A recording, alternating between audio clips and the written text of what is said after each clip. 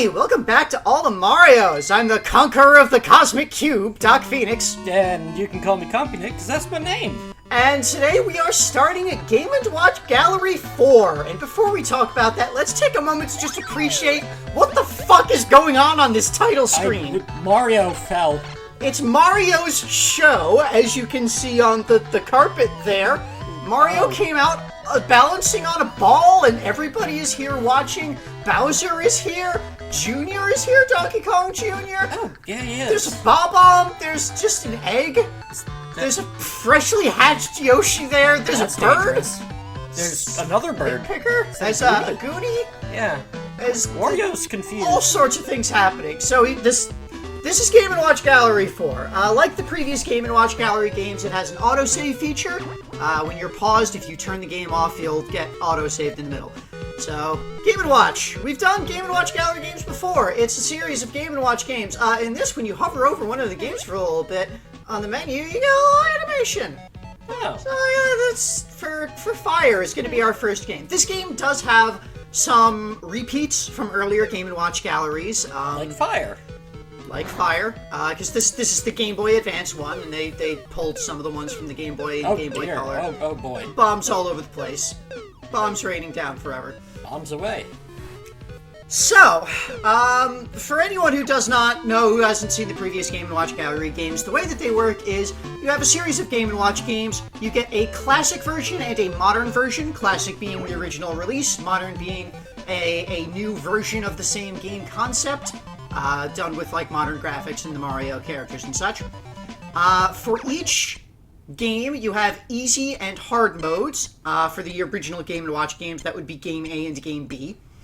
And you earn stars based on the high scores that you get in each game in each mode.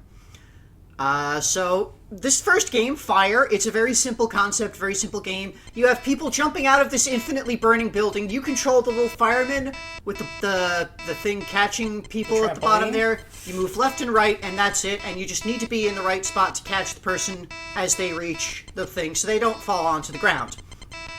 Each person that you catch gives you 1 point. If they hit the ground, you get a miss. If you get 3 misses, that's a game over. At 200, 500 points, you will clear 1 miss. If you have any misses, you will lose 1 of them, so you get like a life back. Mm-hmm. And the goal is to reach 1,000. That's when you get 5 stars for the Game & Watch Gallery, is at 1,000 points. And, so that's the basics of Game & Watch Gallery. That's the basics of Fire. Fire we saw back in Game & Watch Gallery 1. Yep. And Fire is one of the harder Game & Watch games, which means it was a great warm-up for me for the rest of I get it. the things here. Warm up. So, this took me a couple of hours to kind of get back into the swing of things. But the rest of this game, the rest of Game & Watch Gallery 4, was actually really smooth. That is a blessing. Yeah, Game & Watch Gallery 3, for longtime viewers would know, gave me a hell of a time. That took, like, how long did that take? 50, 60 hours? We can Something check like our that. stats. The sidebar will say what that was. But yeah, it took an exorbitant number of hours. Some of the games took like 14 hours on their own, just for like one of the games in the set. But this Game & Watch Gallery 4 was very, very smooth. Like, getting through Fire took me a couple of hours just to get back into the swing of things, get back used to how things go, and get my reflexes back up. But once I got into it, all of the other games in this set are, with 1 or 2 exceptions, really just good and not painful. Good old classic high score chasing. So, in the classic Game & Watch games, when you clear 1,000 points, it loops. 999 is the largest point score number it can show there. And so that's why it says 100 now, because it's over 1,000. And I'm just kind of showing off. This is my winning run where I cleared 1,000 points, and this is how far I got. Usually I like to keep going as long as I can. Yeah. Just to see, how far I can get. And there's a new item in the gallery. So, as you earn stars from playing the games, you unlock items in the gallery. You know, there's Game & Watch Gallery, there's the Game & Watch part, and there's the gallery part. We'll check out the gallery part later on, when we're done with all the Game & Watch stuff. So in hard mode Fire, there is a mechanical difference in that now people will jump from the middle balcony as well as the top.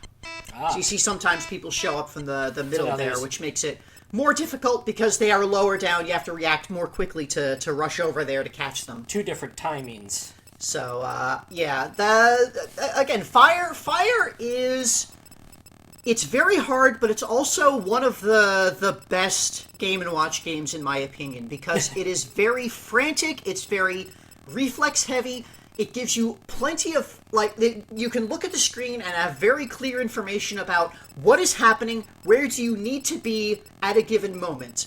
And you can, look ahead to see where you're going to need to be and what's coming, and it's very... This is one of the top Game & Watch games in my book. It is kind of the epitome of a good Game & Watch game. It's only 2 buttons, right? Left and right? Just the 2, left and right. That's all you've got. That's kind and of... just 3 positions that you can be in. The purest form of Game & Watch, really. So, and just kind of to further kind of explain for some people who may not understand what all of this is, Game & Watch was Nintendo's product line of handheld electronic games back before the NES. Mm-hmm. This was one of their earliest electronic games. It was after they were doing arcade stuff already, I believe, but it was LCD screens with a painted backdrop that could only show these little black sprites in places, specific locations on the screen. Mm-hmm. So, that's why you kind of see the silhouettes along here. That's the locations on... where they light up. Yeah, and, obviously this is emulated. This is a Game Boy Advance game. It's emulating what the original Game & Watch game was like. But, that's what you would see on the screen. And so you can see exactly all the possible positions where a person can be, the arc that they will follow, and every clock tick, they will advance one step closer towards, moving towards the ambulance there. This is, of course, how you save people from a fire. You bounce them into an ambulance through the roof directly. This is, of course, the game part of the Game & Watch. The other part was, it was actually a watch as well. Yeah, it had on your wrist. It had a clock. Remember when you wore watches? You probably don't, because you have a cell phone that has a clock on it now. We don't need You actually watches. could not wear a Game & Watch game on your wrist. They were a little too large for that. I could, because I wore power gloves. I do love the Power Glove. It's so bad. Anyway, the watch function is not actually duplicated in the Game & Watch gallery versions of them, sadly. But that is why you see there is a 4th digit up in the score value up there. It doesn't. That 4th digit cannot display score. That's used for the time display.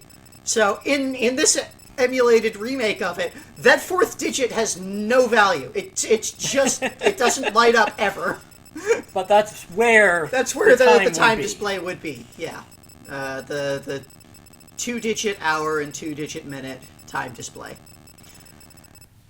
And so here on Game & Watch on Fire Hard, I got really into the groove of this. Like I said, it took me a little bit to kind of get used to things and kind of get back into the swing of things. But once I'm in the zone, I just go.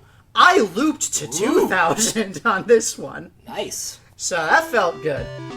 And yeah, again, this was a really great start. It took a while, and hey, look, this is where we're unlocking stuff. We got Mr. Game & Watch over there from Smash Brothers Melee. Hey! Have you played all of the games yet? No, I've played one of the games. I'm good at them. There are still more classic Game & Watch titles. He has a voice? That's the voice I'm giving him. For starters, I'll give you Chef.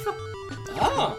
Catch the food and cook it, but don't let it hit the floor.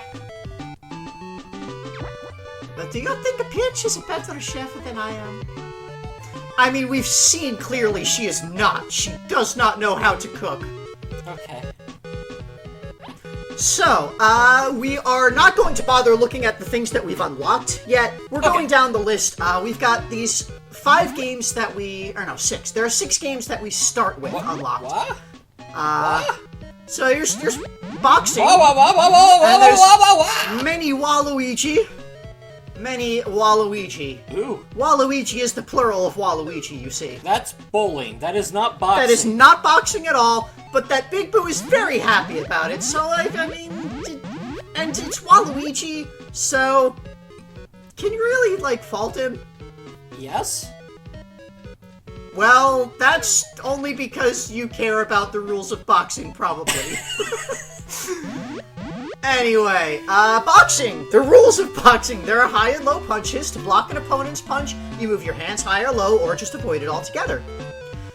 So, Game & Watch Boxing was one of the versus mode style of games, where it had 2 little control paddles that were kind of stowed in a back compartment in it. Mm-hmm. And you could play, it was like a 2-player versus thing. But it also did have a 1-player mode. Game A was 1 player against a computer. Game B is the 2-player mode. So, here you can see, I am the character on the right. That's just how they did these versus mode games, was player 1 is on the right. It probably made more sense to a Japanese audience. Mm-hmm. But, you've got the, you have up and down to move where your fists are, and you've got your punch, and you've got a dodge, where you lean back. Mm-hmm. So, when you punch, if your opponent has their fists up blocking in that zone, then you will not get a hit in. If their fists are in the other zone, then you'll hit them. If they are dodging, then you can't hit them. If you both punch at the same time, then you get kind of knocked back. There is the numbers up there, that is like their energy levels. The bars show their kind of defenses. Here, there is a time limit on each round, and when the time limit is about to come up, you see the guy with the bell, gonna ring the bell and start a new round of fighting. So each time you hit the opponent, 1 bar of that energy bar will go down, and they will lose 1 point of their 1 bar of defense goes down, and they lose 1 point of energy. When the defense bar runs out, they get knocked back 1 stage. If they're already up against the ropes, they get knocked down and lose a bunch of energy all at once. Mm-hmm. And you keep doing that until somebody hits 0. If you knock the computer opponent down to 0, you win. If the round ends, then, everyone, you get to sit back and it resets you back in the middle. If you go 9 rounds without somebody winning the match, then it's called by whoever has the most remaining defense. Mm-hmm. Otherwise, that's the game. This is one of the most complicated Game & Watch games, actually. There's a lot of weird little rules, a lot of things going on. Now, you may be wondering, how do you hit 1,000 points in this game? Right. And the answer is you don't. Oh. So this game uses a slightly different scoring mechanic for getting stars than any of the other games. It goes by KOs. So each time I win a match, it shows the KOs display, and that counts up. Every 3 KOs is 1 star. So you get 15 KOs, and that's your 5 stars for boxing. Okay. And it took me like a little bit to kind of get used to how this works and how it goes, but then I found the singular winning strategy. You start by dodging, and then you just mash punch. And you just do that until they get knocked back. Repeat. Start the round by dodging, and then punch until they get knocked out. Bam. That's how you win. I managed to get up to 30 KOs doing that. At which point, I gave up because I could clearly see that I was never going to lose naturally. As you progress, at the start of the game, the opponent only has, like, I think it was 2 bars of defense. And as you progress, as you get more KOs, they start with more and more defense bars until it's, you both have the full 5. Mm-hmm. But yeah, so that's boxing. That's how boxing works. That's how boxing works. Yeah, that's how boxing You works. dodge once and then you mash A. So, And game B was just versus, so there's only the one. so you may recall, actually, in Game & Watch Gallery 3, there was a versus game, Judge. And Right. in that, it had the most bizarre thing where to get 5 stars on Game B of Judge, you had to do linked play with another person who had the game, who had Judge unlocked, and you had to win. Right. Now, they still have the linked play in this, but they did better about it this time. So, and here's where I just gave up and just let him knock me out repeatedly. It took a while for him to actually win the match against me. And you can see, yeah, I got the 30 KOs there. Yeah. So, the way that they do the linked play in this, first of all, there's a new Game & Watch game in the museum in the gallery corner.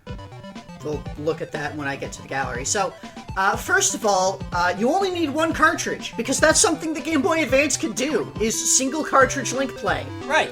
So, you have the one game cart, you get 2 Game Boys, you link them up, and you can play with that.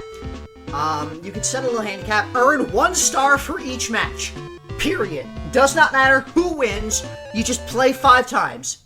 Oh. And you get your 5 stars. That's how it works. So, a little bit...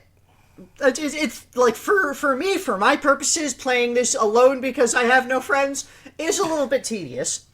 But, it works. So, you get in the linked play, you've got a handicap that you can set, specifically to make player 2 weaker. So, you can set the defense gauge for player 2. As I mentioned in the single-player mode, the opponent's defense would increase as you progressed. In the 2-player mode, you can set what player 2's defense is. Player 1's defense is always 5. Huh. But you can set a handicap to make player 2 weaker, and then whoever needs the handicap plays as player 1. That's weird. It's a little awkward, but I mean, that's how they did it. I can only assume that it just made the programming of it easier to not have to, like, change the starting value of player 1's character, of how they Yeah, I guess. they do. So, yeah, I just do that. I did that 5 times, and I got the 5 stars, and that was that. Oh, yeah. And, so it gives you, like, a little hint thing if you leave with a low score. We'll see all of those later. Anyway, are you getting the hang of the Game & Watch games? Well, why don't you try Mario Brothers?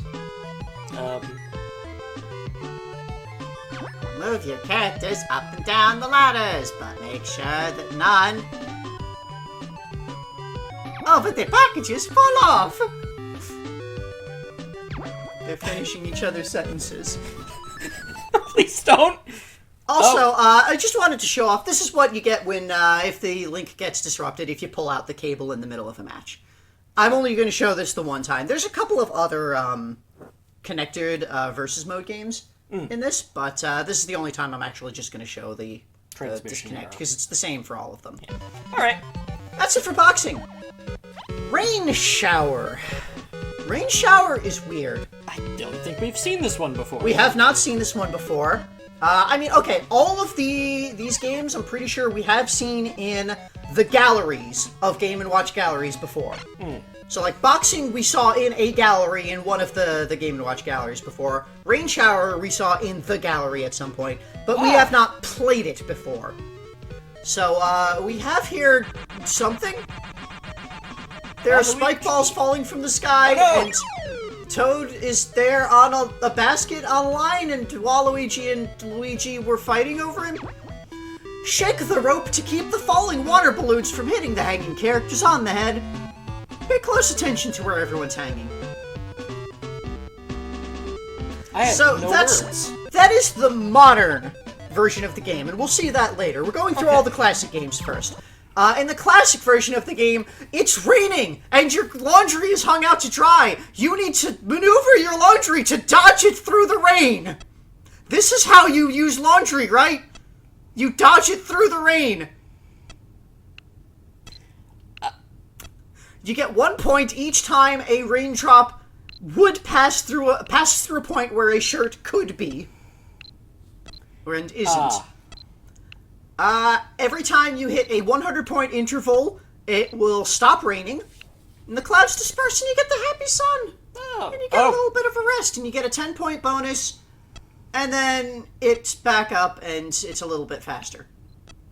At 300 points, if you have any misses, it will clear all of your misses. If you have no misses, you start chance time, wherein you earn double score for everything.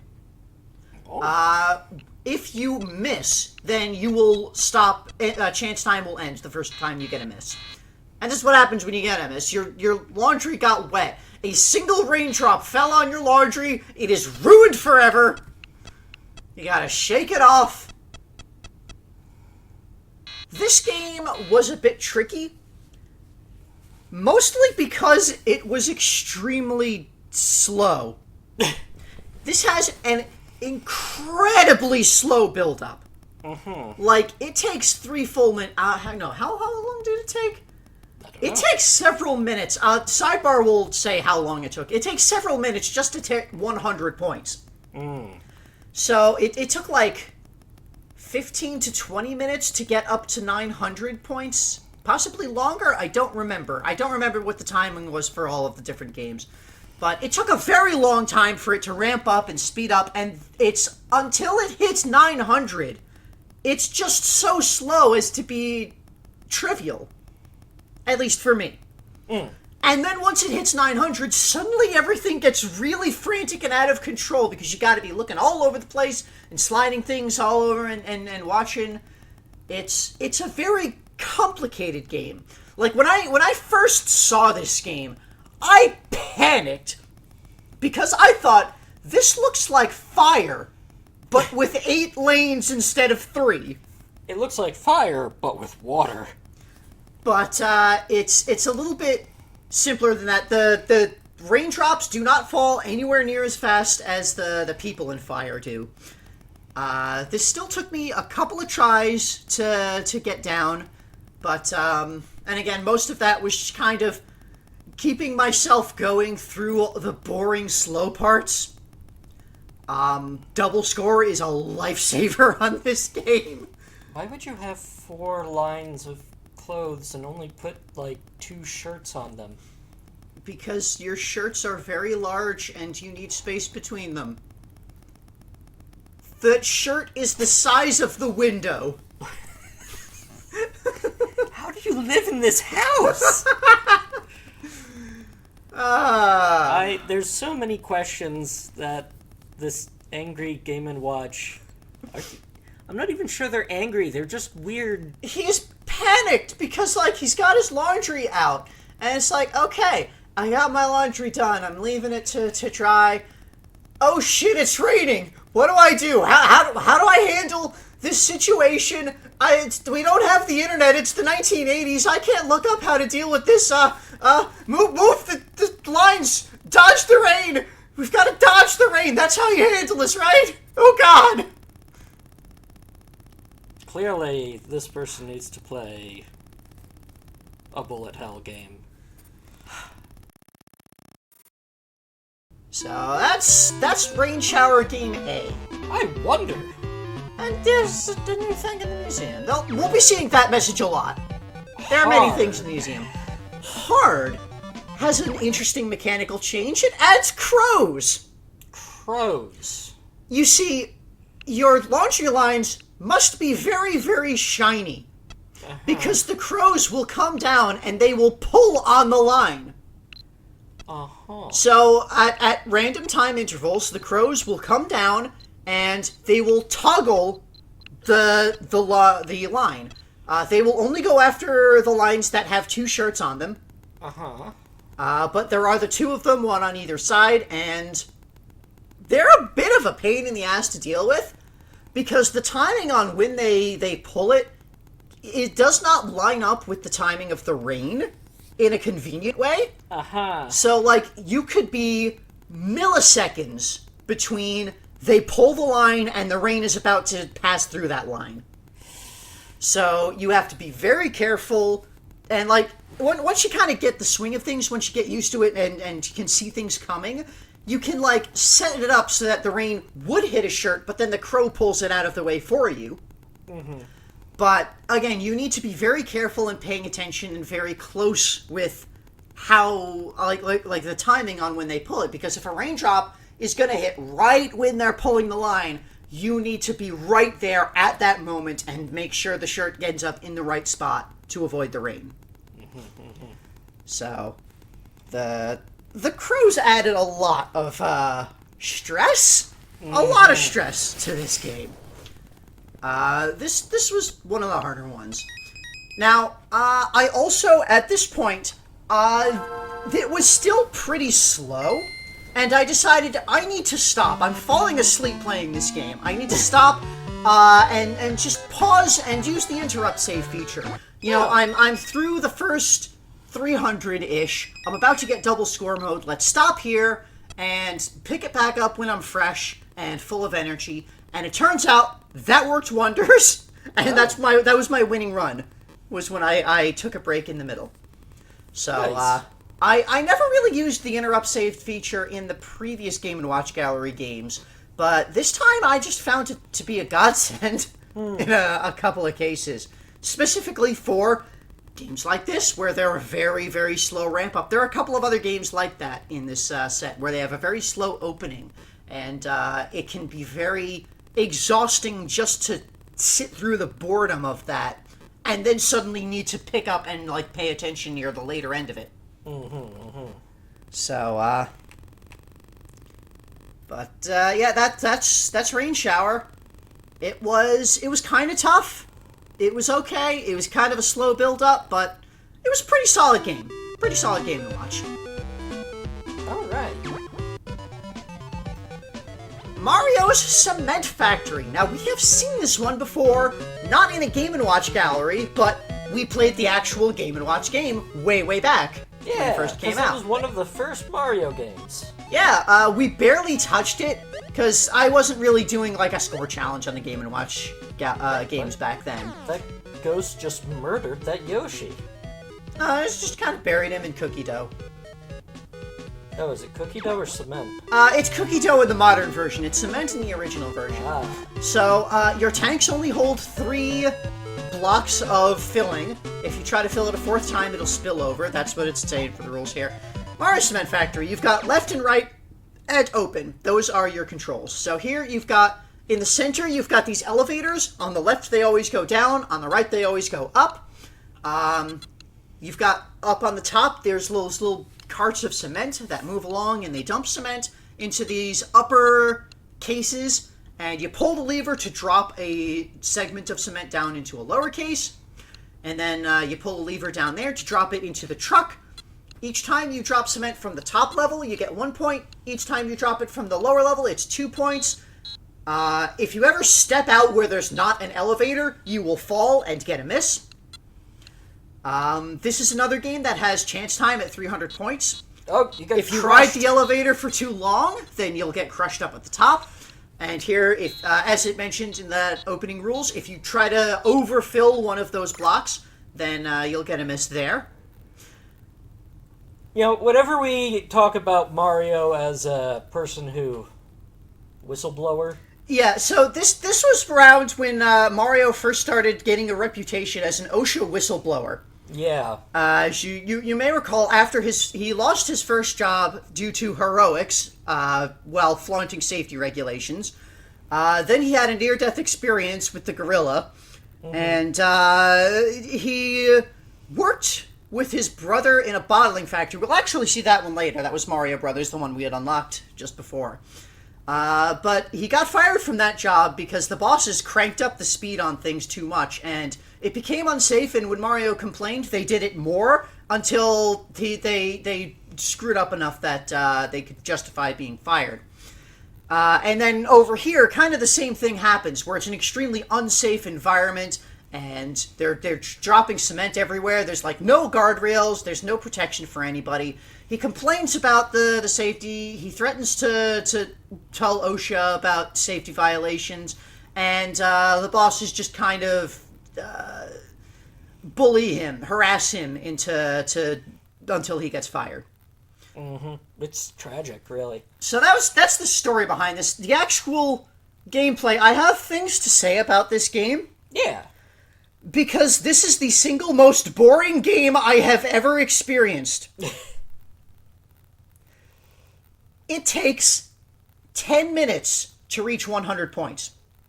This was the one. It takes 10 minutes to reach 100 points. There are times... Look, do you see that? Did you see that big block where there was nothing happening? Yeah. There are stretches of up to 30 seconds where there is nothing on the screen to even think about reacting to. There is no cement anywhere on the screen, and it just stays, and it sits, and there's nothing to do. And, like, I was looking away, playing a different game on my phone, because I was so bored with this game. But I had to keep looking back, because, like, occasionally it would suddenly drop, like, 3 things at once, and I gotta, rush to react to it. And then I'm sitting there doing nothing for another stretch of 20 to 30 seconds. Oh, well, double time. Yes, got double score. Thank fucking Christ, because without double score, this would be unbearable. Terminable. So, yeah. This game is bad. This is just a bad game. It's... Like, I have, by this point now, I have finished this. This is all, we're going back looking at what I recorded previously. I have, by this point, played, like, 75% of all Game & Watch games that they ever released. And so I feel confident saying this is, if not the worst, certainly one of the worst Game & Watch games ever. Including that one from Game & Watch Gallery 3. So, this game is more boring than Spitball Sparky. Spitball Sparky was a worse overall experience, but this game is more boring. So there's that. Fascinating. Like, there were so many times that I had to restart this, because early on, like, I got so bored that I was rushing and making stupid mistakes, and then, like, it's like, okay, I gotta miss at, like, before 100 points. I'm obviously gonna restart now, because I'm not gonna play the rest of this game without double score mode. You only get double score mode if you hit 300 with 0 misses. So, yeah. This game was bad. I did not like it at all. And, you can see here that the very instant I hit 1,000 points, I gave the fuck up and stopped. I hit the 1,000 points, and... Okay, no, I guess I didn't. I fucked around a little bit. And then you died. And then I gave up. And then you fell off an elevator and died. And then we have another luck thing. You must be getting pretty good at some of these by now. Yeah. Yeah. Well, try your hand at Donkey Kong. This is a vertical multi-screen game. Try to reach the platform DK is standing on. Donkey Yeah, Kong. that was another one that we've seen before, and we'll see it later on once I get to that set of games. Mario Cement Factory on hard.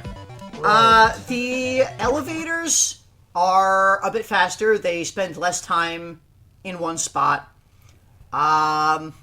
Theoretically, the spawn rate of the cement is higher. Theoretically, I did not see a difference. You can already see here, there was another big long stretch of jack shit happening. So, it was technically a little bit faster in hard mode. Like, whereas on game A, it took me like, my winning run was like 40 minutes, I think, 45 minutes. For game B, my winning run was like 35 to 40 minutes, something like that. I will be posting the non-fast forwarded versions of each of my winning runs for each of the games as bonus videos. Along with these. You'll have already seen a couple of those by now if you've been watching all of the things that I put out. But if you'd like to sit and see me play the full boring length of this game, you can do that when that comes up later today. And yeah, there I immediately just fuck this. No, I'm done. Done. We're done. Cement Factory, it turns out, is a boring job, as well as being unsafe. Donkey Kong Jr. Game & Watch. Now, we saw this one, was it Gallery 2 or Gallery 3? I think it was Gallery 2 that we saw Donkey Kong Jr. Because in Gallery 3, we saw Donkey Kong 2, which was a different version of Donkey Kong Jr. Or no, were they both in Gallery 3? I don't remember. Sidebar will remind us. But anyway, Donkey Kong Jr. It's the game where Mario has Donkey Kong in a cage, and then Jr. tries to save his father, and Mario gets beat up. Because Mario's the villain in this game. They put him in a cage. I guess. Help rescue Donkey Kong from Mario! Avoid the enemies and get the key! So, there were 3 different versions of Donkey Kong Jr. in Game & Watch, 3 completely different games. In this one, you run around along the bottom, you climb up the vines on the right, you run over to the left, you jump to grab that key. You need to jump and press left at the same time. And you need to grab the key when it is in the far left position. Because if it's not there, then you can't grab it, and instead you fall off and miss. So, yeah, each time you grab the key, it unlocks 1/4 of the cage. You unlock all 4 sections of the cage, and you get a big bonus. You get points for jumping over the snapjaws. You get points for dropping fruit on enemies. This is another game that has chance time at 300. If you have any misses, it'll clear them all out. If you don't have any misses, you get your chance time double score. This game is very fast. This is such whiplash from Mario Cement Factory that I played immediately before this.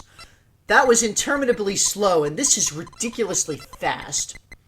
If you, like, it took me several, like, probably 50 tries, but the sum total of that was like 2 hours. So, this game was hard, very hard, but again, it was very fast. There are some times when it's kind of bullshit, where, like, you just get so many enemies on screen at once that there's just nothing you can do about it. So, it's... Just hiding up in the vines, then. Yeah. You cannot hide on the vines forever, actually. If you're sitting on the vine, if you don't touch anything, after a little bit, it will drop you. Oh, dear. And then, like, you can just jump up and grab the vine again, but if you're not paying attention, then you'll just die.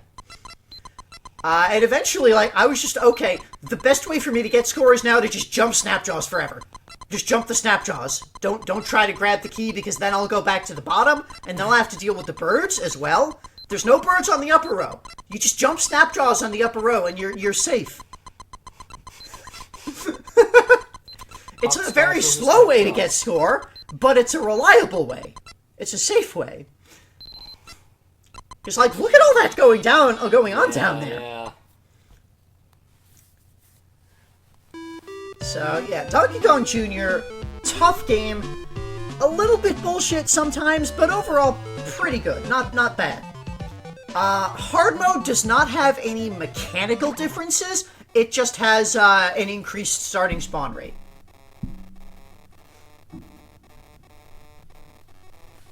Well, okay. So. Same thing, more stuff. Yep.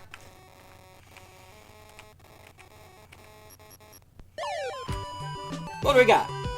What? You did it! Now you can play Octopus! I don't want to play Octopus. Dive deep in search of treasure in octopus-infested waters. I don't want to... Sure, it's scary, but don't you want that treasure? Not really.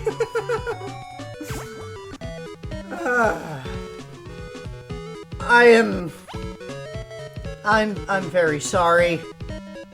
I'm very sorry. Wait, Donkey Kong 3? So, there was a Donkey Kong 3 Game & Watch. We saw it before. Uh-huh. It was a versus mode one. Uh-huh. Look at this funny little animation of Bubbles. Mario and DK shoot bubbles at each other, and they make a big bubble, Oh, and it pops, and it's funny, it's goofy, and it's silly, and we have to play.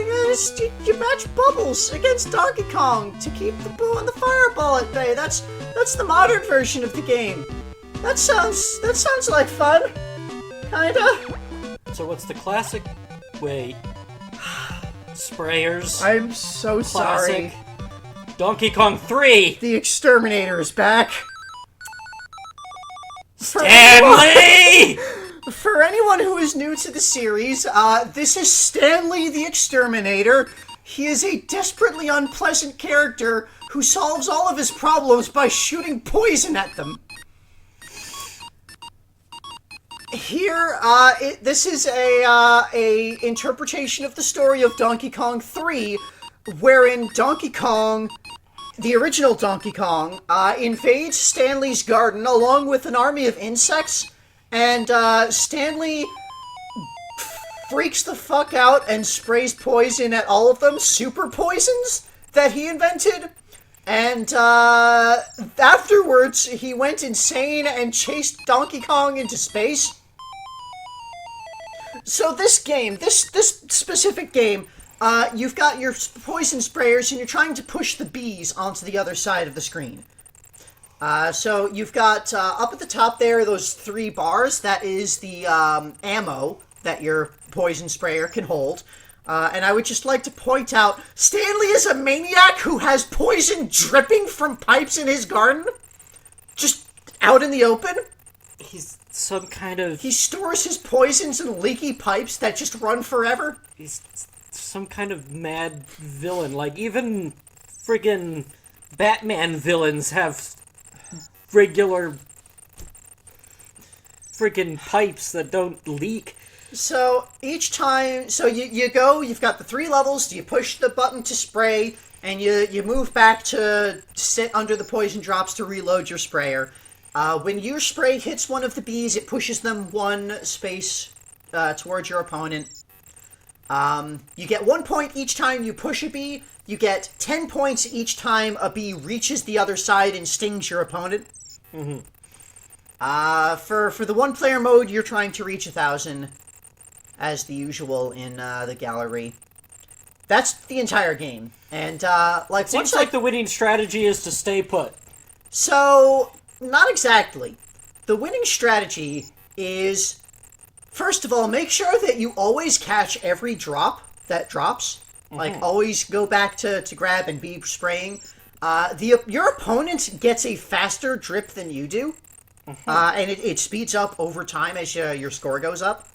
So, like, you need to be making sure that you are making full use of every drop that you can get in order to you know, keep things at bay. Otherwise, he's just going to be able to overwhelm you with sheer quantity of shots. The AI for Donkey Kong in this is not very sophisticated, so it's not that hard to beat. What I found was the strategy, the winning strategy was have 3 drops, spray center down, go back and grab a drop. Spray center up. Go back and grab 2 drops. Repeat.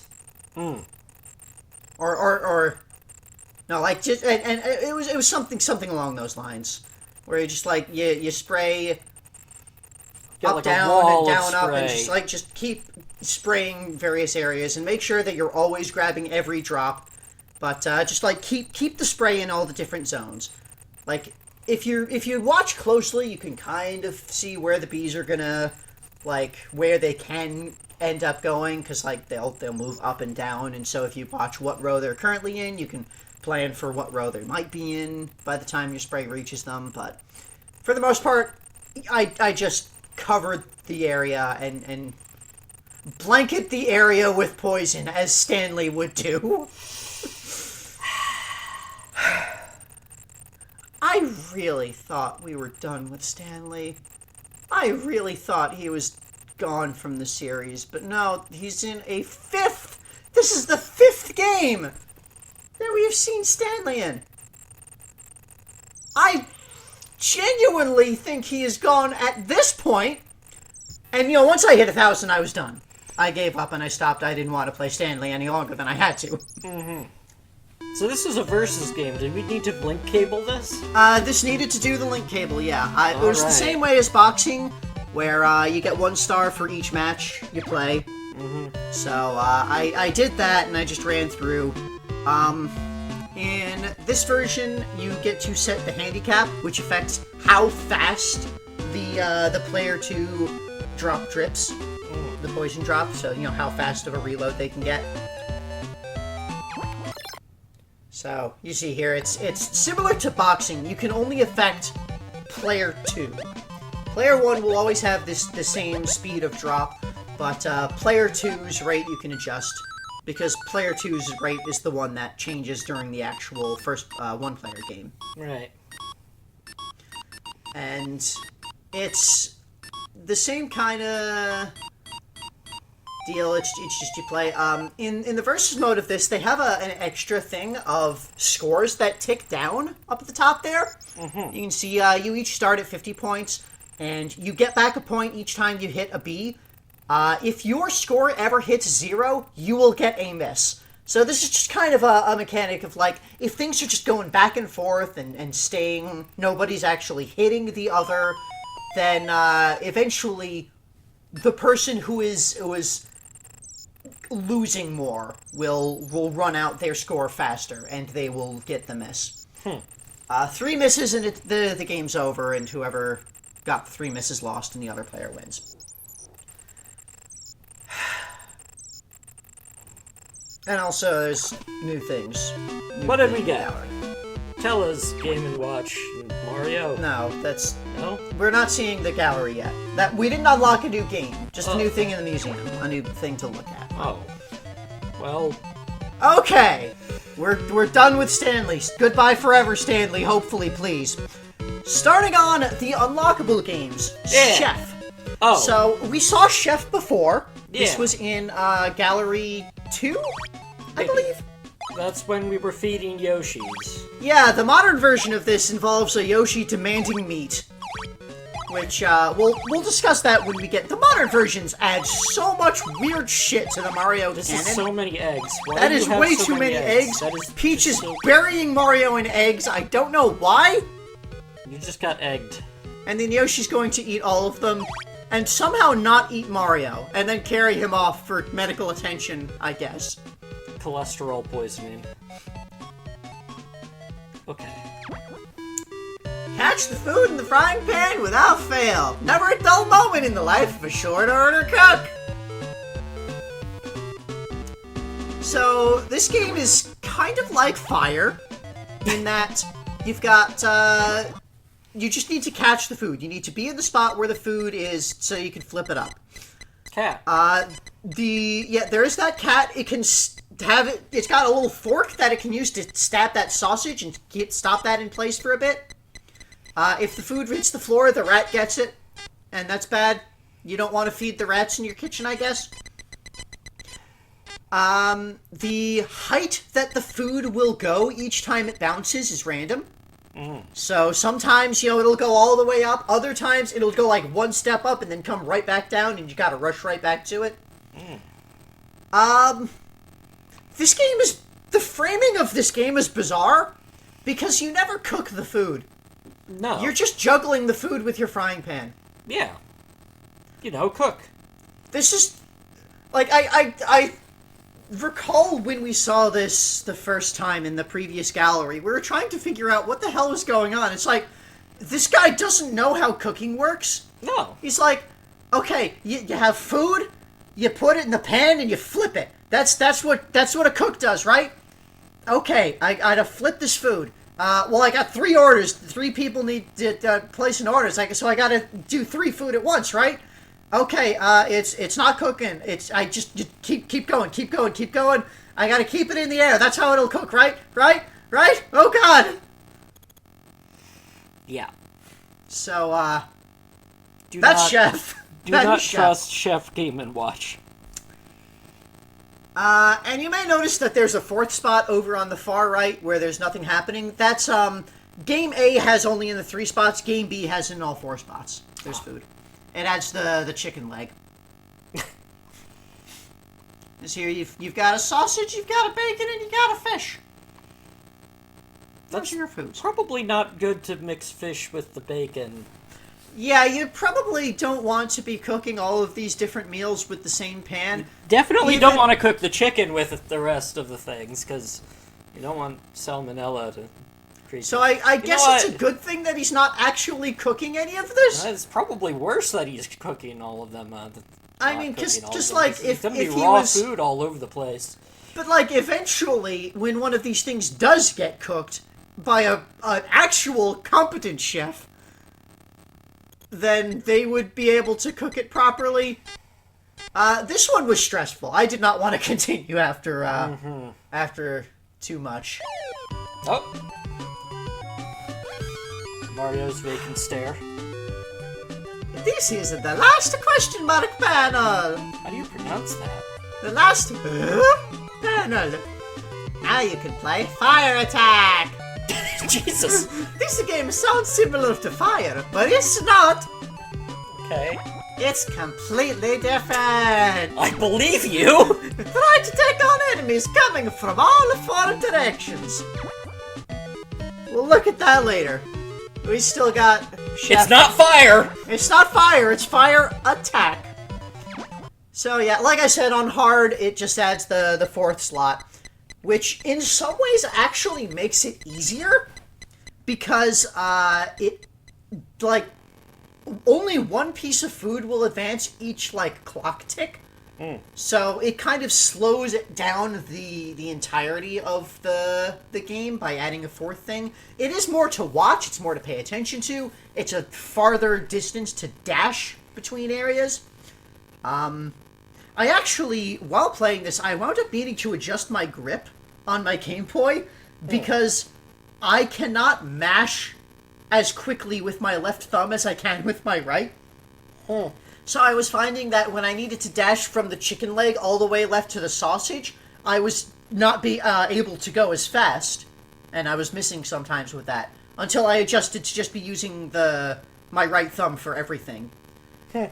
Because in the gallery games for Fire, for this, they have the way that they do the controls is they kind of duplicate things, where you've got left and right, but you can also use A and B for left and right. Right. So, you know, I would just use the right thumb on A and B for the left and right to be able to use my quick mash abilities. Alright, and this was a game where you clear 1 miss at, or no, you clear all misses, that's right. You clear all misses at 200 and 500. That was how these ones worked. I got confused because in the modern versions, you only clear 1 miss at a time. In the classic versions, you clear all misses at once. Well, anyway. Yeah, that's Chef. Mario Brothers! This is my favorite Game & Watch game ever. The original Mario Brothers. This was the first appearance of Luigi back in the day when this first came out. Yeah. And again, this was another one that we played the actual original Game & Watch game. Joyride! Yeah, there's some things happening there. So, Mario Brothers, you've got Mario and Luigi working at the bottling factory. Yeah. You know, which was Luigi's first job. The first one we're aware of, at least. This is where Mario went after he lost his construction job, his job as a carpenter, and had problems with the gorillas. He came here to the bottling plant. And so you've got on the right there's Mario, on the left there's Luigi. You've got up and down for each brother individually. That's your controls. And you just need to be in the right spot to catch the bottles as they are coming off the conveyor belt to move them up onto the next belt. As they pass through the center, there's like factory machinery in there or additional workers in there who load additional bottles into the boxes as they pass through. And, up at the very top, they box them up and then they wrap the box. And then you toss these glass bottles. Throw your bottles onto the truck. Just toss them where they will shatter. You get 1 point each time you catch a box. And when you completely fill the truck, you get a 10-point bonus. We've already talked about how unsafe these working conditions are. Yeah, so you see there, you get you fill up the truck, you get a 10-point bonus, and you get a short breather. And then the bosses come and they shout at you to get back to work, you slackers. Because managers are leeches. Mm-hmm.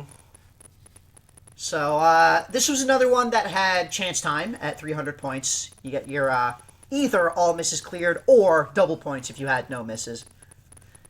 And, like I said, this is one of my favorite Game & Watch games ever because it combines the simple, like, it's fire on two sides. Mm-hmm. Where you can clearly see what is coming at any given moment. At any given moment, you can look at the screen and ascertain exactly what needs to happen. Where you need each brother to be for the next thing to come. You can be, planning ahead, and it builds up speed, and it gets frantic and chaotic, and really good at reaction, like, very reactionary. And it's so... Yeah, I get into the zone for these things, and it just feels so good. Mm-hmm.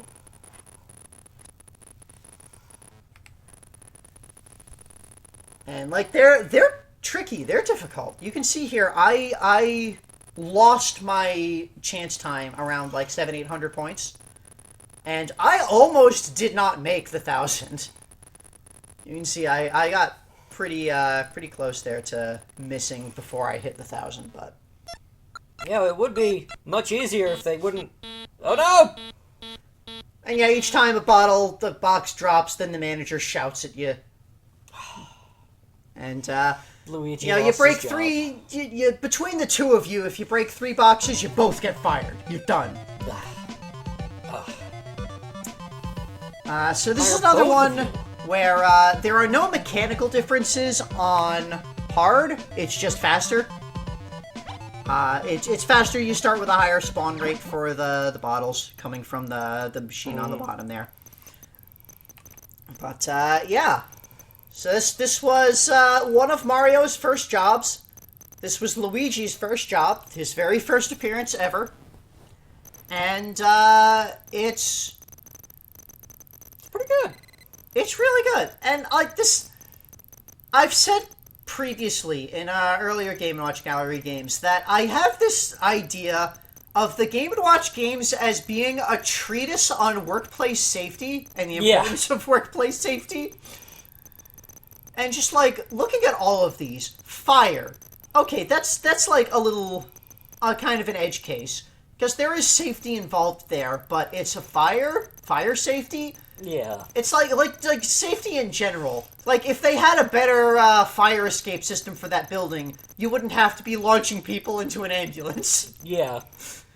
And, here, if it's you've got these conveyor belts with just, like, open ends. There's no protection to stop the bottles from just launching off the edge.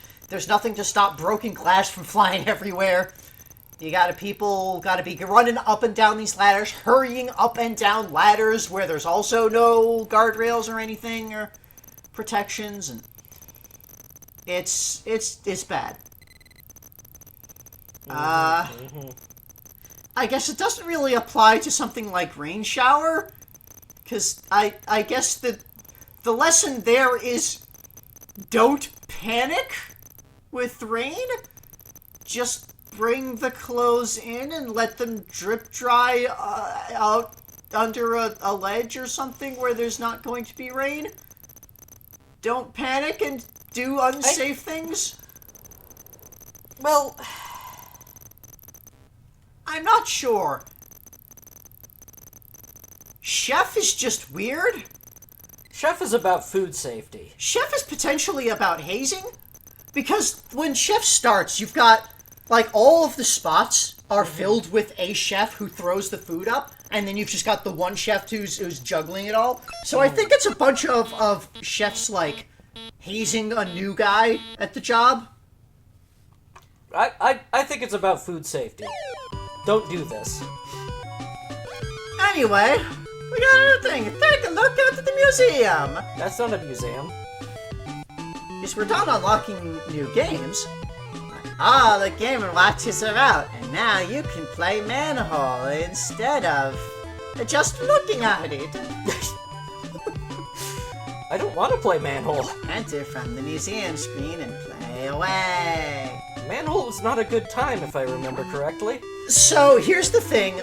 This Game & Watch Gallery 4 has additional titles that you can unlock that do not have stars, that are just like bonus extra things that you unlock that you can play. There's no modern version, there's no stars that you earn, it's just an extra thing available to play.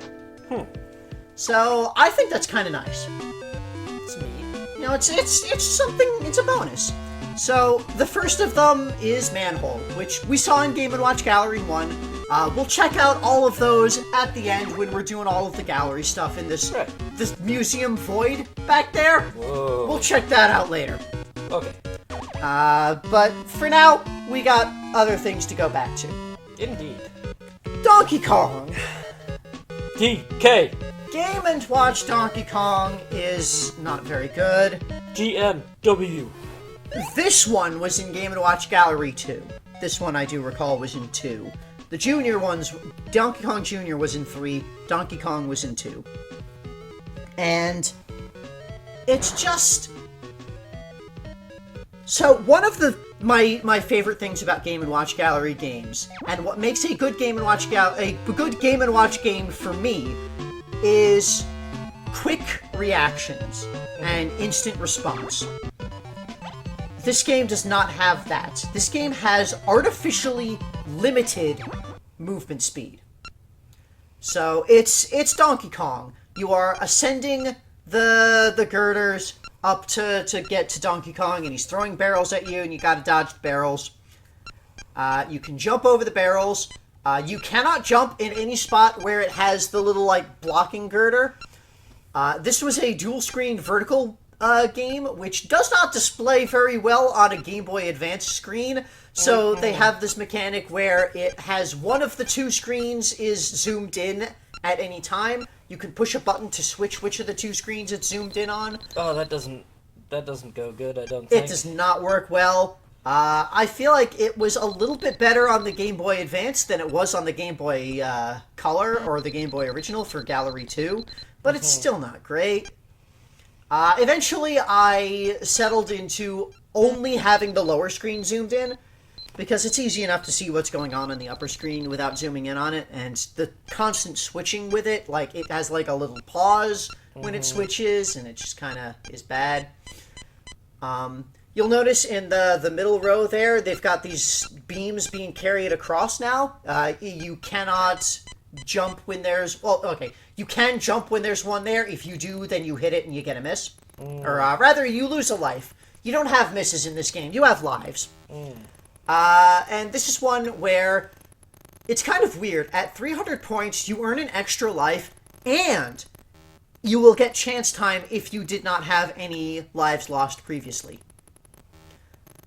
So yeah, you climb up to the top. You need to hit that lever up at the top to raise the crane, and then you need to jump at the right time to grab the crane hook as it's swinging. You remove one of those 4 wires that are holding up the platform there. Once all 4 wires are removed, you drop Donkey Kong, and you get a bonus, and you repeat. And I just... The timing of all the movement and stuff in this game, I just don't like it. It's not a Game & Watch game. Yeah, like, they tried to take an arcade game with very smooth motion and jumping and things and turn it into something with this very locked, discrete positioning. Yeah. And I think it would have worked if they weren't artificially restricting your movement speed. Because, like, you can't just move twice forward by rapidly tapping the button. It will not accept the second movement input for a fixed duration until it, recognizes, okay, you can move again. This is your movement speed. This is how fast Mario can move. And just, I just don't like it. On hard, the only real difference is you get significantly more of those steel girders flying by. And I guess there's more barrels as well, but it's so annoying. And, like, there's times when, like, I'm just sitting down here, like, jumping over barrels. You get a point for jumping over a barrel, 2 points if it's in the middle row. But, like, there's times when I'm sitting there, I'm jumping over barrels, and I'm just waiting for things to line up to be able to move forward. Because I can't move forward, because I can't move quickly. And there's just 20 goddamn barrels in a row coming down. And I need to just wait for there to be a clear opening for me to move ahead. And especially, like, from the middle, when you've got the girders going along, it's just a pain in the ass. I didn't like it. I don't like this. I didn't like it back in Gallery 2. I didn't particularly like it this time. But, it's not a Game & Watch game. It really wasn't supposed to. It's not. It does not feel like a Game & Watch game. It doesn't feel right. It's the design of it is not Game & Watch, and they tried to force it, and it didn't work, in my opinion. Oh well. What do we got? All right, we got another thing for that museum area. You want to play Tropical Fish next? No? You got it! If you don't catch the flying fish, that darn cat's gonna eat them. Well, okay. So the second game we're gonna have in here is Tropical Fish. I don't think we've ever played that one. We have not played this one. We've seen it in a gallery museum. We've not played it. Next up is Octopus. Oh, this was one we saw in Game & Watch Gallery 1. Yeah. This one is rough. It's a very different kind of Game & Watch game. What? So first of all, Mario has Game Boy Advance there, and there's octopus tentacles coming at him. And what's he gonna do? What's he gonna do? Lakitu. Look, there's Lakitu's got a line for him. Hooray! Hey, come get help. It's the fish. It's the fish in Lakitu. Yay! He carries him out there and then he drops all the treasure. Oh no! And then Lakitu puts him back on the road where he fell off, because that's what Lakitu does. So anyway, Octopus. You're diving into the ocean to gather treasure from an octopus. There's sunken treasure and an octopus is guarding it. Rob the octopus. So, this one is weird because most Game & Watch games, you are in a very purely reactionary setting, where at any given moment, there is something you must react to, and there is a single correct move to make. Yeah, this one is a push your luck. Yeah, it is push your luck. You need to decide when it is safe to move forward.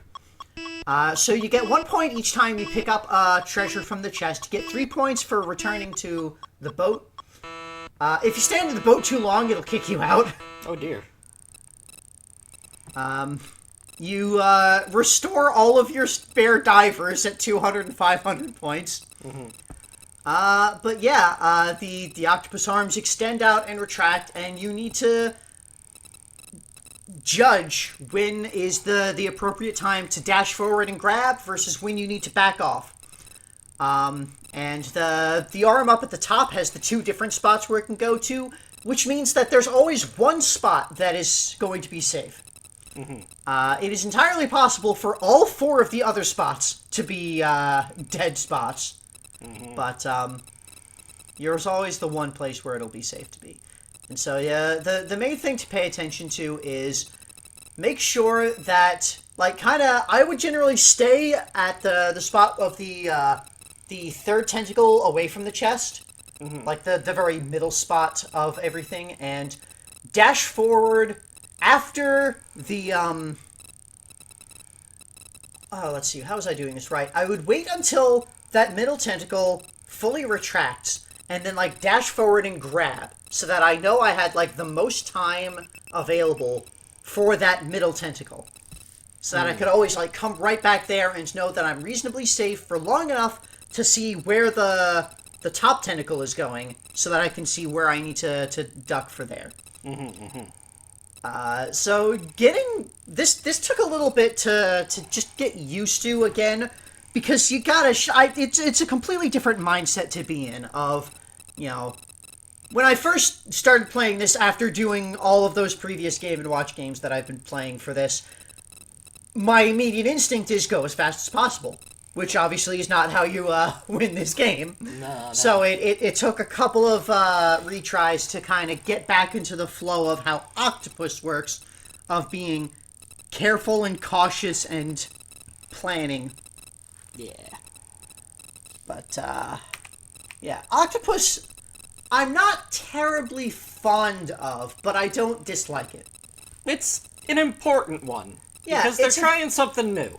Yeah, but it still has the proper Game & Watch style of all of your movements are instant. It is, you can very quickly just tap the button to zoom all the way back up. And as long as there's no tentacles in the way, you get back to the boat and you're safe. So what's different about hard mode? On Game B hard mode, sometimes, not always, but sometimes, the tentacles will stop retracting with one segment still out. So that, you know, when they come out next time, they'll come out a little bit faster, because they'll already start with the one segment out. This is especially problematic for the shortest tentacle right above the chest, which only has 3 segments in total. So, It generally just means you have to be a little bit more cautious, a little bit more slow, and paying attention to what's going on with those tentacles. But otherwise, it's basically the same thing. It's the same game. It's the same game, but trickier. I hit exactly 1,000 and stopped there. I was very close to just dying, and I just died. Now you're gonna play Mario's Bombs Away! Oh boy! This rare Game & Watch game features a full-color main character. That's what it features, yeah! Yeah! Hand off of those bombs and avoid that fire! Yeah! That's what we want to avoid! Oh, we will talk about this when we boy. get to it. There's some fun things to say here. Oh dear. So, today is a bit unfortunate. Why is that? Because today things are gonna get a bit racist. Well, Wario's doing So some farming. let's enjoy this little animation first. He's got Wario, a chicken, he's got got his some chicken, tomatoes. he's got tomatoes, and there's a little bomb that rolls up. and- Wario! Wario, There's a pay attention bomb. to the bomb. The chickens run off. You should pay attention to your livestock. You should pay attention to your livestock. They know what's going on. So fire attack. There are enemies coming from all sides to burn down your fort. Get there and knock them down. Knock him down. Knock them down. So, this, you've got up, down, left, and right. You've also got diagonals that you can move, and you've got a button to hit. To swing your hammer, and, Oh. So, what we have here Yeah. is a fort in the American South, in probably Texas, themed after that, with Native Americans attacking the fort, and you hit them with a hammer. Uh-huh. Now, something very important to point out Yeah. Well, okay, first, like, the way that the game works. Let's talk about the actual gameplay real quick. Sure. So, you move around, you swing the hammer to hit the torches or the people at the bottom as they are approaching. You get 2 points for hitting a torch.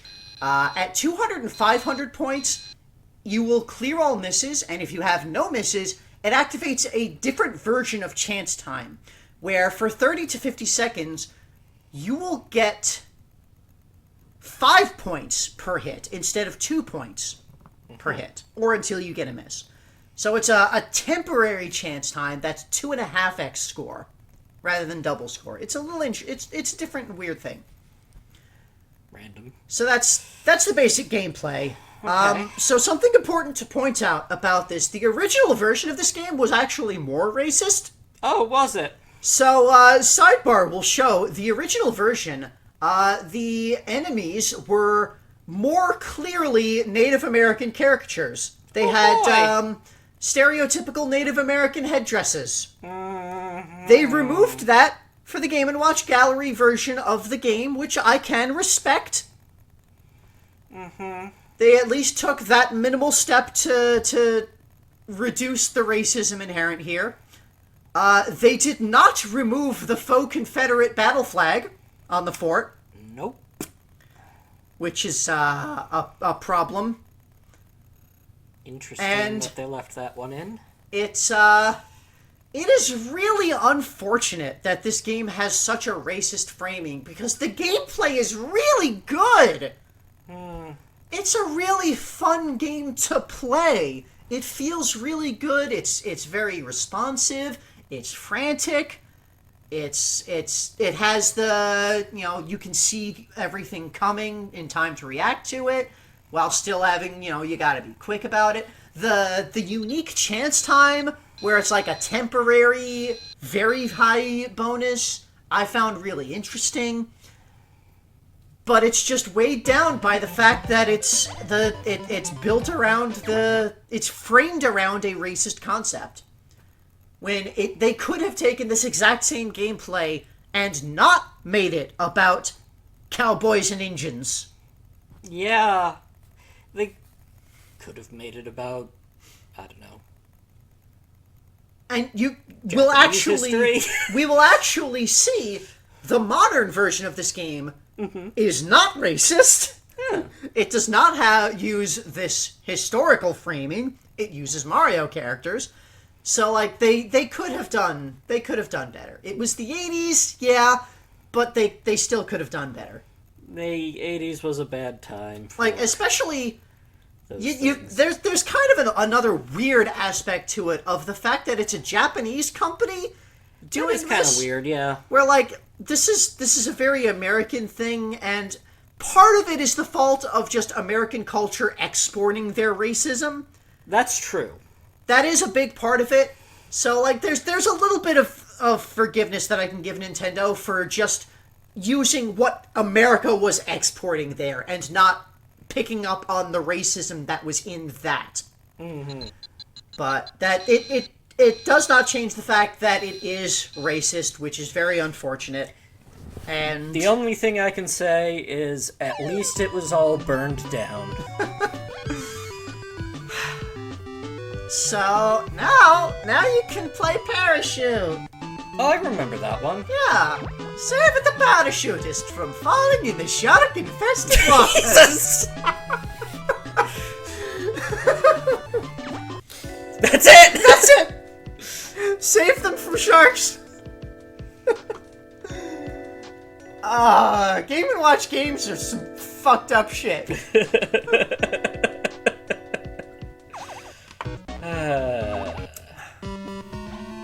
Alright, so we have finished all of the classic Game & Watch games titles of Gallery 4. Now for the modern. Let's get modern! So first, let's just talk about how this works. So the modern versions of the Game & Watch games are, generally speaking, smooth moving versions of them. Here you can see we've got, like, the Toad is bouncing across, we've got fire. It's still the same basic idea of fire, but the Toad here is moving very smoothly rather than being in discrete spots where it, ticks through. Also, this has other characters. It's not just Toad. There are Toad, Yoshi, and Donkey Kong Jr., and they all fall at different speeds. They all bounce at different heights as they're falling down. You can see here Yoshi doesn't bounce quite as high, so it's a little harder to, react to the Yoshi. But otherwise, it's mostly the same. At 200 and 500, you don't get all of your misses cleared. You get a heart that spawns, and when you pick it up, when you catch it, you clear one miss, but you also get one at 700 points now. So that's like the basic gameplay differences of Fire Modern. You've got different characters, and the way that you clear misses is slightly different. There's also eggs. Eggs? They're Yoshi eggs. When you catch a Yoshi egg, it can hatch into a moon, and then you get the moon in, and that is 5 points, which is a little weird. Also, at 200 points, time advances to dusk. Oh dear. And then at 400 points, it advances to night. And then at 600, it's the next day. So, this is different and interesting and weird. When you miss a character, Toad runs off crying there, and we get specifically a Toad miss. And when Yoshi hits the ground, Yoshi's all dizzy and woozy and wounded. And when Junior hits the ground, Junior's his bum hurts. He's got a hurt bottom. And look at how angry he is in the miss there. He's very disappointed in you. Sometimes the egg will hatch into a bomb. You actually don't want to catch the bomb, because if the bomb gets into the carriage explodes, and all of the people you saved are panicking now, and you get a bomb miss. So you want to let the bomb drop on the ground. You don't get any points for catching a bomb, you don't get any points for dropping a bomb, you just need to let it drop. You also don't get a miss for dropping an egg. It'll just hit the ground and you don't get any points for it. Same with a moon, you can let that hit the ground and it'll be fine, but moons are worth a lot of points to catch, is the thing.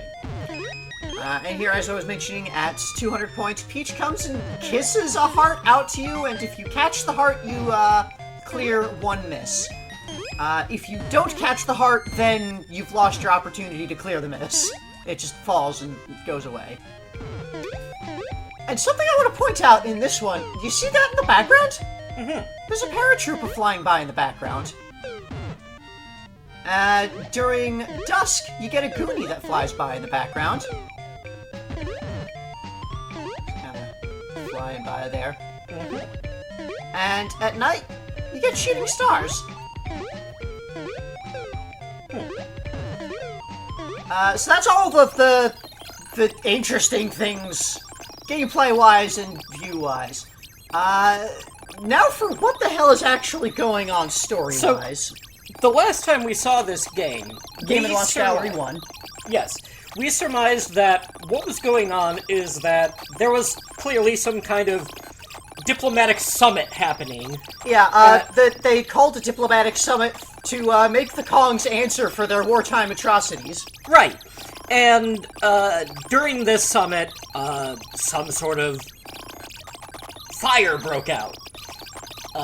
Possibly caused by Bowser, I believe we... It was definitely caused by Bowser. He hid bombs in Yoshi eggs as, planting bombs in the castle to destroy it. Yeah.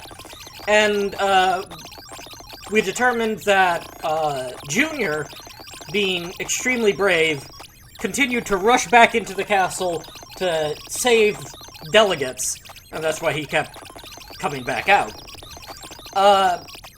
This time, if we are to believe that this is a separate incident... And I do believe so, I'll explain that in a moment. If this is in fact a separate incident, I think this is a different cause. I think this is a different source of terrorism altogether. You see, if this is again a diplomatic summit, what are they coming together on? Like, what major events have happened recently? Well, there was the kidnapping on Isle Delfino. Mm-hmm. The debut of Bowser Jr. Mm-hmm. That's the really big one. Right, so mostly there's just sort of standard political goings-on that people just need to be informed of these things. What I find interesting about this, however, is that Junior is there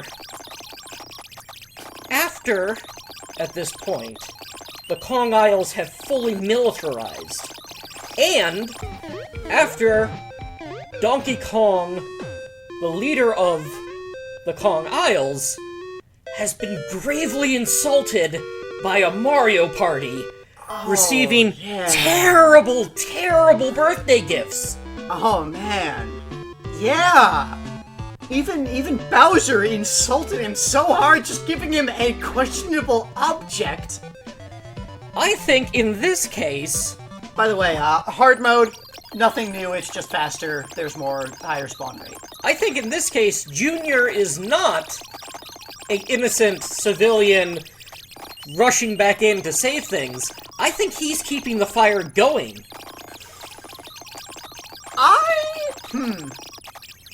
I am not certain about that. Everything that we have seen thus far of Junior suggests that he's just a really nice guy.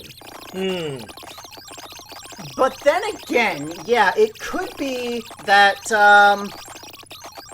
So, first of all, let me explain that I definitely think this is a new incident, because the first time when we saw this in Game & Watch Gallery 1, the eggs contained stars, and this time they contain moons. And I don't exactly know what that means. I think perhaps the princess and the Mushroom Kingdom is looking into different celestial power sources after their experiences with the Shine Sprites. Now that they've seen, there's these solar-powered celestial objects that aren't just, the stars. What if we looked at moons? What if we tried to look at that? And we have this weird moon thing that happens to be in the castle. That is perhaps maybe why it's being attacked? Or perhaps part of the reason why this particular one of Peach's many castles was attacked? Now, when I was playing through this, I was originally thinking, okay, we now have the paratroopers flying by in the background, so that probably suggests, this is another attack by Bowser's forces. It's more of like an invasion force rather than just a bombing run. But yeah, it could be that Bowser is being framed by the Kongs. Right, and the paratrooper, note that there's only the one of them, every is so just often, scouting. yeah. So anyway, we've got a bunch of stars. So here's a bomb sweeper, a seriously smoking puzzle game. Don't smoke around Bomb Sweeper. This Game & Watch only uses the cross control pad, so you can even play it What? with the one hand tied behind your back. Don't do that. It'd be hard to hold. Can you solve all those puzzles so easily? That's kind of threatening, Mr. Game & Watch. So our fifth museum title is Bomb Sweeper. So we'll see that when we get to there. When we walk into the void. But first, when you get 1,000 points on a modern game, you unlock very hard difficulty for the modern version of that game. It basically starts out at the same speed that you'd get at 1,000 points on hard mode. Oh dear. So, That's a lot. yeah, I find this very fun to do. Just start out at the fastest speeds and see how it goes. But anyway, while we see this, let's continue discussing, because I do like that idea that this is the Kongs are perhaps angry at everybody, attacking the castle to get back at Peach and Mario and the others, and framing Bowser to get back at him. And Junior's involvement might be... he may not know that it's a Kong plot, or he might be going along with it just because... I don't know. They did insult the Kong family. Yeah, but also, like, the Mushroom Kingdom hasn't really done anything against the Kongs themselves directly, so I'm not sure about Junior's direct involvement as part of the attack. I suppose it depends on the timeline of when these games within Game & Watch come. Like, it's entirely possible that, like, the diplomatic conference was called, and this was, discussing Bowser Jr., and perhaps, without informing their delegate, the Kong's DK organized this attack because he's kind of a hothead. We'll have to think about this more, and we'll definitely discuss it in further detail the next time we do a recap. Indeed. Boxing! Modern boxing. It works basically the same way as classic boxing, except this time, it's Luigi. You're playing as Luigi, and you're beating up a Wiggler, and it has this music, which is weird. It's a little weird. It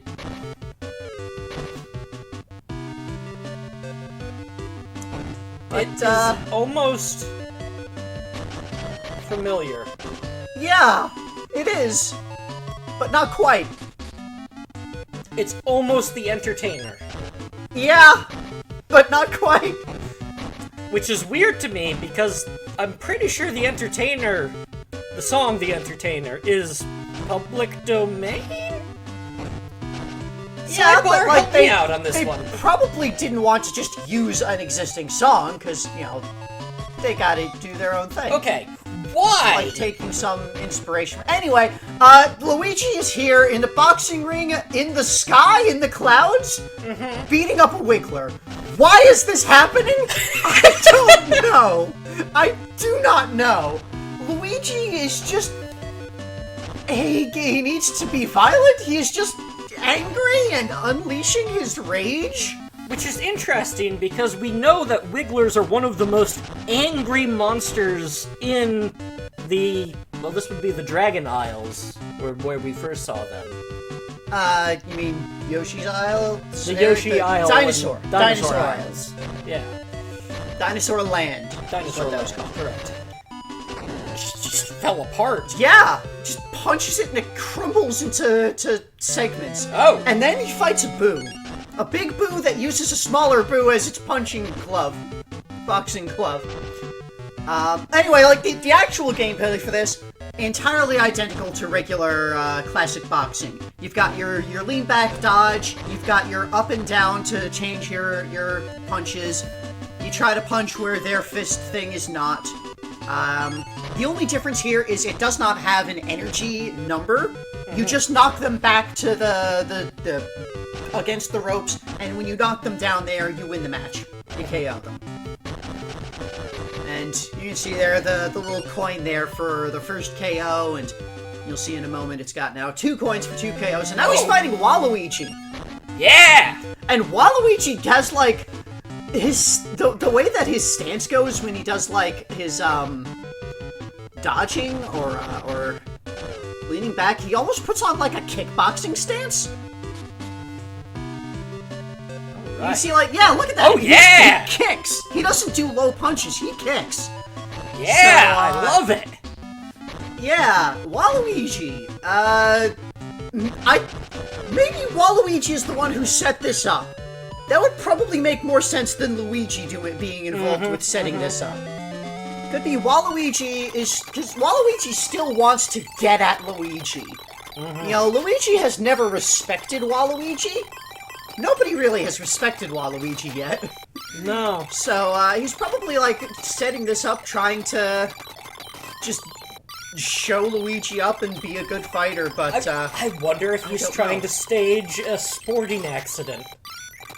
Could be. It could just be that he's a rich guy who thinks he can do boxing, because that's a thing we have seen in real life. That is a thing we have seen in real life.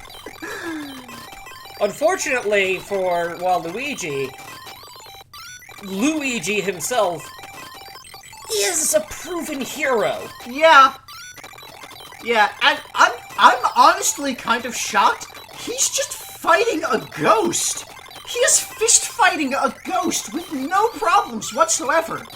Luigi is not actually necessarily afraid of ghosts themselves. It's when they create an atmosphere of terror. Right. And you know, that sort of anxiety and panic. You know, in Luigi's Mansion, it was because of the whole atmosphere that really got him on edge. Also, it's one ghost, and he's in a boxing ring, so maybe just he gets up, hyped up on adrenaline, and he doesn't feel the fear. Yeah, maybe Luigi it's the anxiety thing. It's not the fear that's the problem, it's the anxiety. Like, not having Mario there is a very anxious thing. He doesn't know what's going to happen.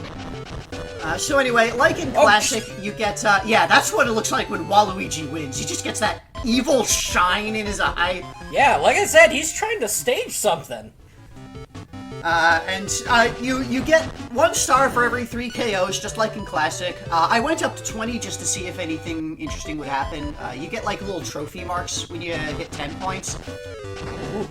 And yeah, this is what it looks like when each of the opponent characters wins.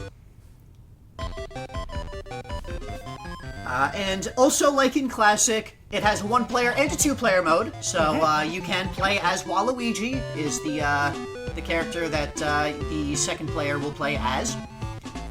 Just like in the Classic, you get 1 star for each match that you play, so you just play 5 matches and you've got him. Now loading. Yeah, I kind of like the little loading screen with Mr. Game & Watch with his little bell and he walks across the wire. What's that bell from?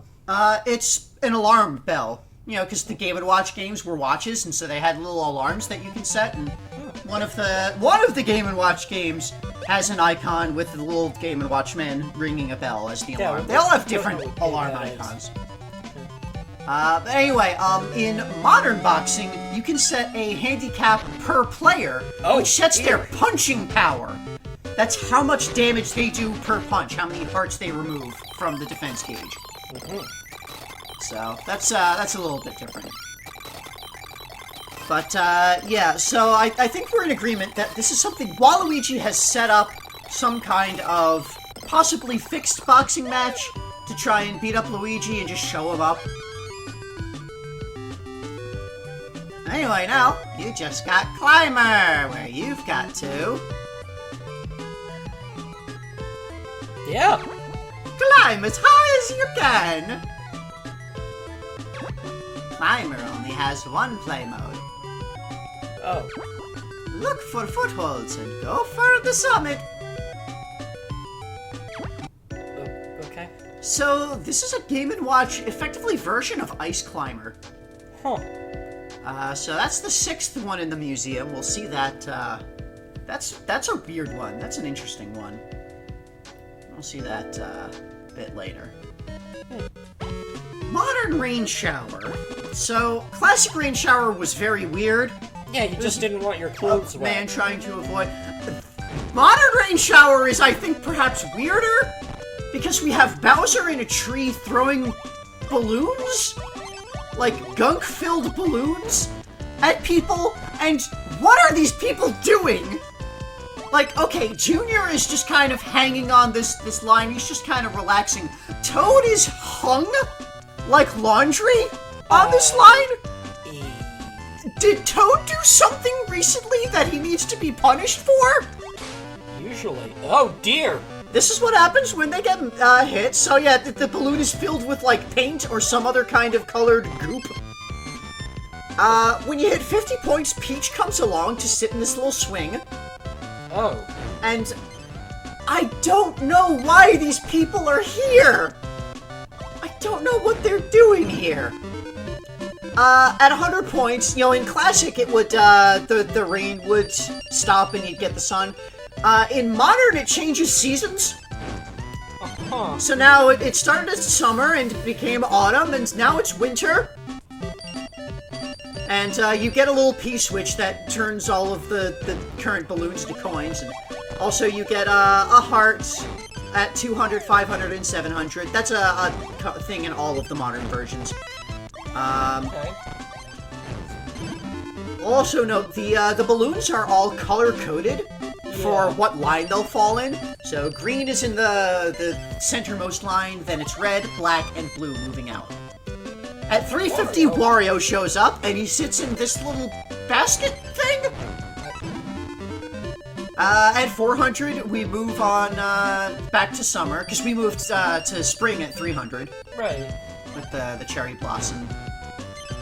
There are these moons.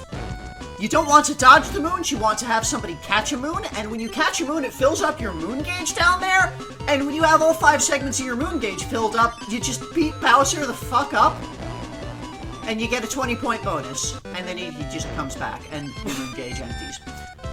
At 550, Yoshi comes to sit in this little hammock. At 680, Luigi comes to sit in this other little hammock and sleep. What is everyone doing here?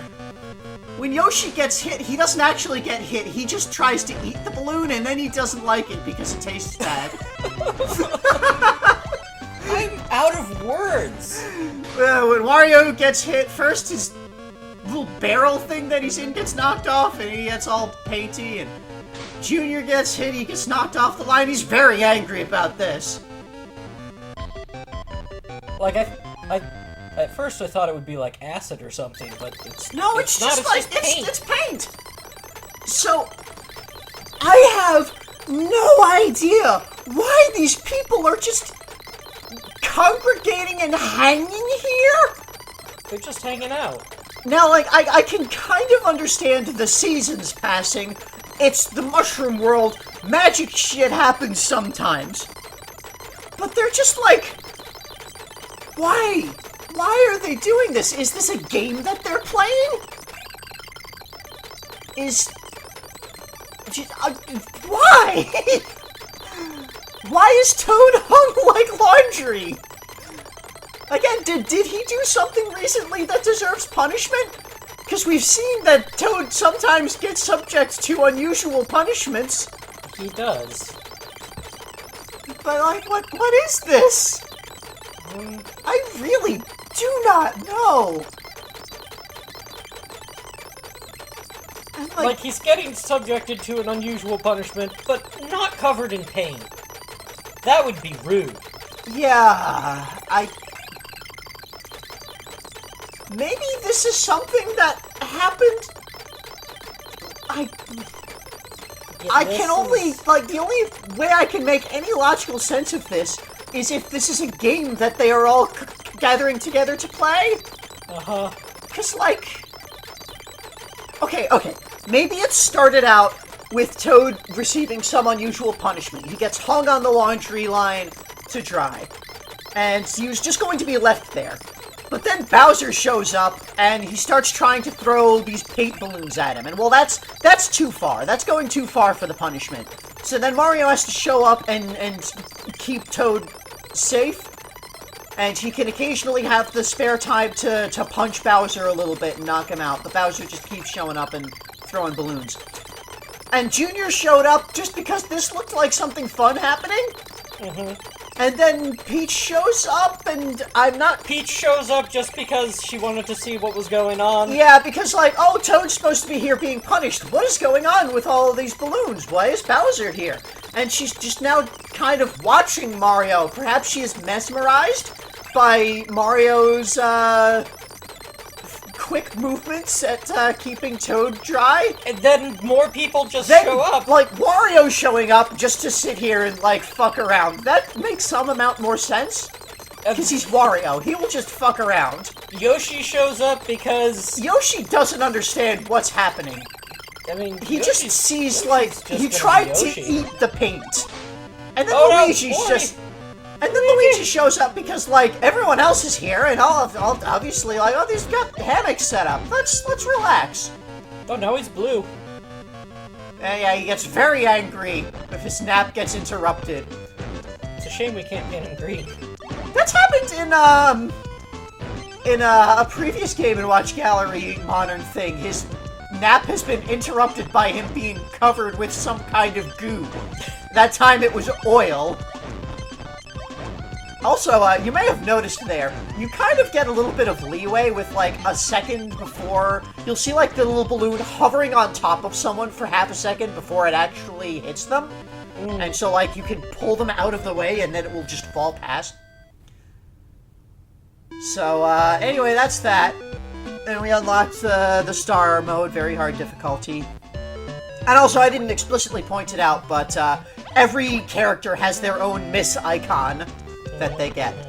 On hard, instead of starting with Toad and Junior, you start with Luigi, Wario, and Yoshi.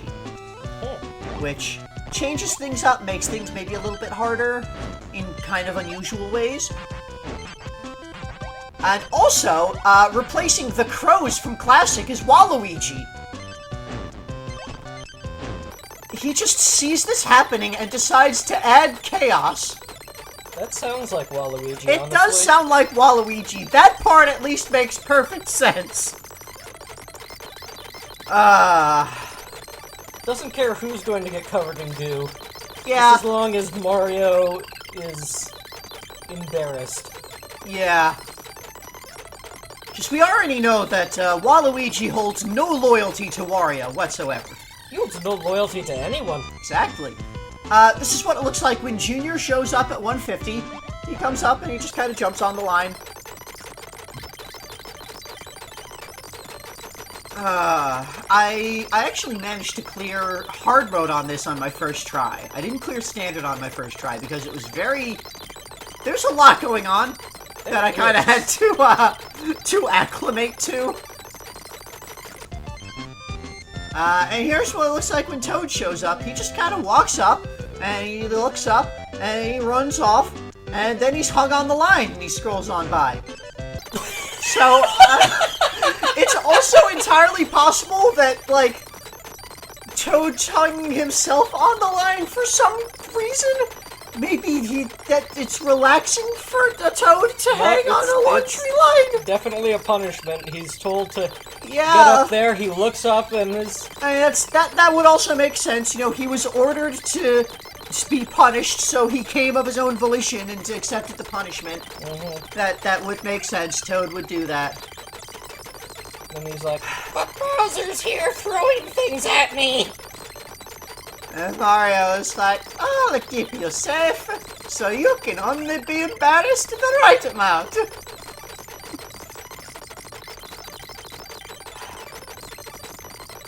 This is sillier than usual. Yeah!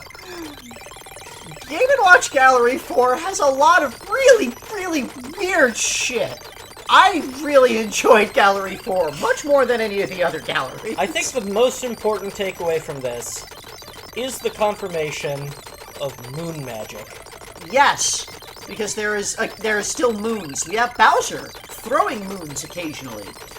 And I'm not sure... Yeah, there's definitely, like, a moon theme throughout a lot of the modern games in this gallery. Which is weird that they didn't use stars. Yeah! I find that very interesting as well. Like I said, I think now, at this moment, the Mushroom Kingdom is having... With their experience having seen the Shine Sprites, they're looking into other sources of celestial magics. And so they just kind of have these moons everywhere that they're trying to work things through with. Anyway, we've got a new museum game. Next is the multi-screen classic Safe Buster. If you don't catch and dispose of the bombs dropped by the criminal, Sorry, what? the safe will blow up and the loot will be stolen.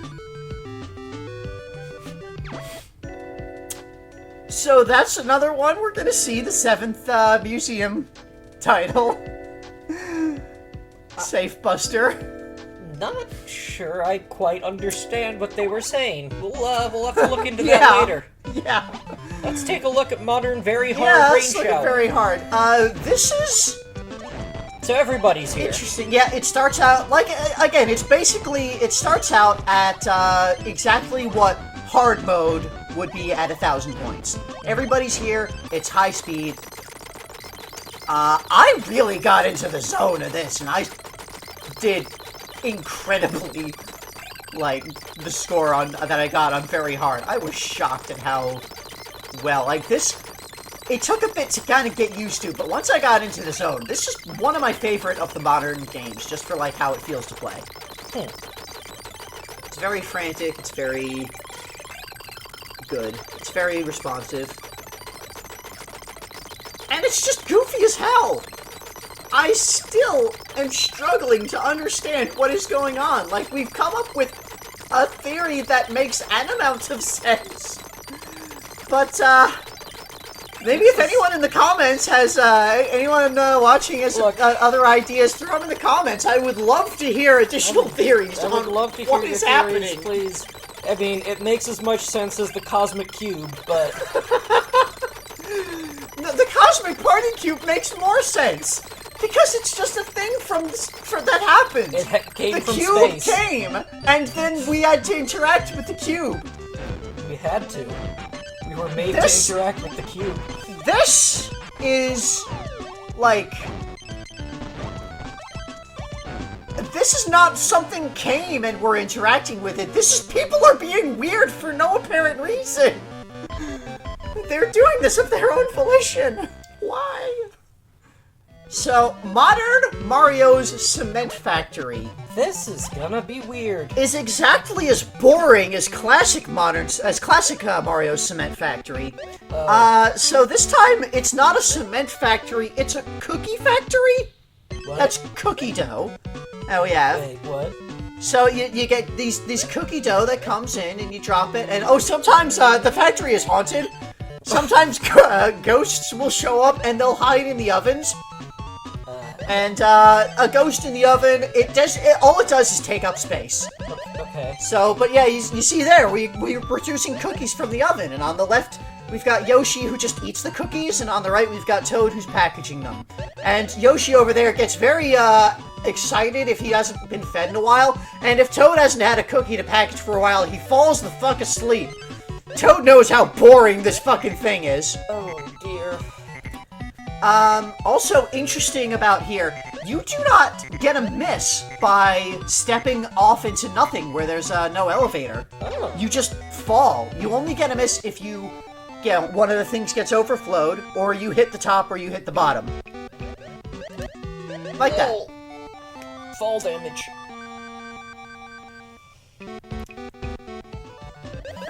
Again, like with all of the modern games, at 2, 5, and 700, you get a heart that clears a miss. Or with most of the modern games. There was nothing like that for, boxing. But, yeah, this, again, exactly as boring as classic. Okay, actually, slightly less boring than classic entirely because it has music instead of a monotonous beeping of the elevators moving.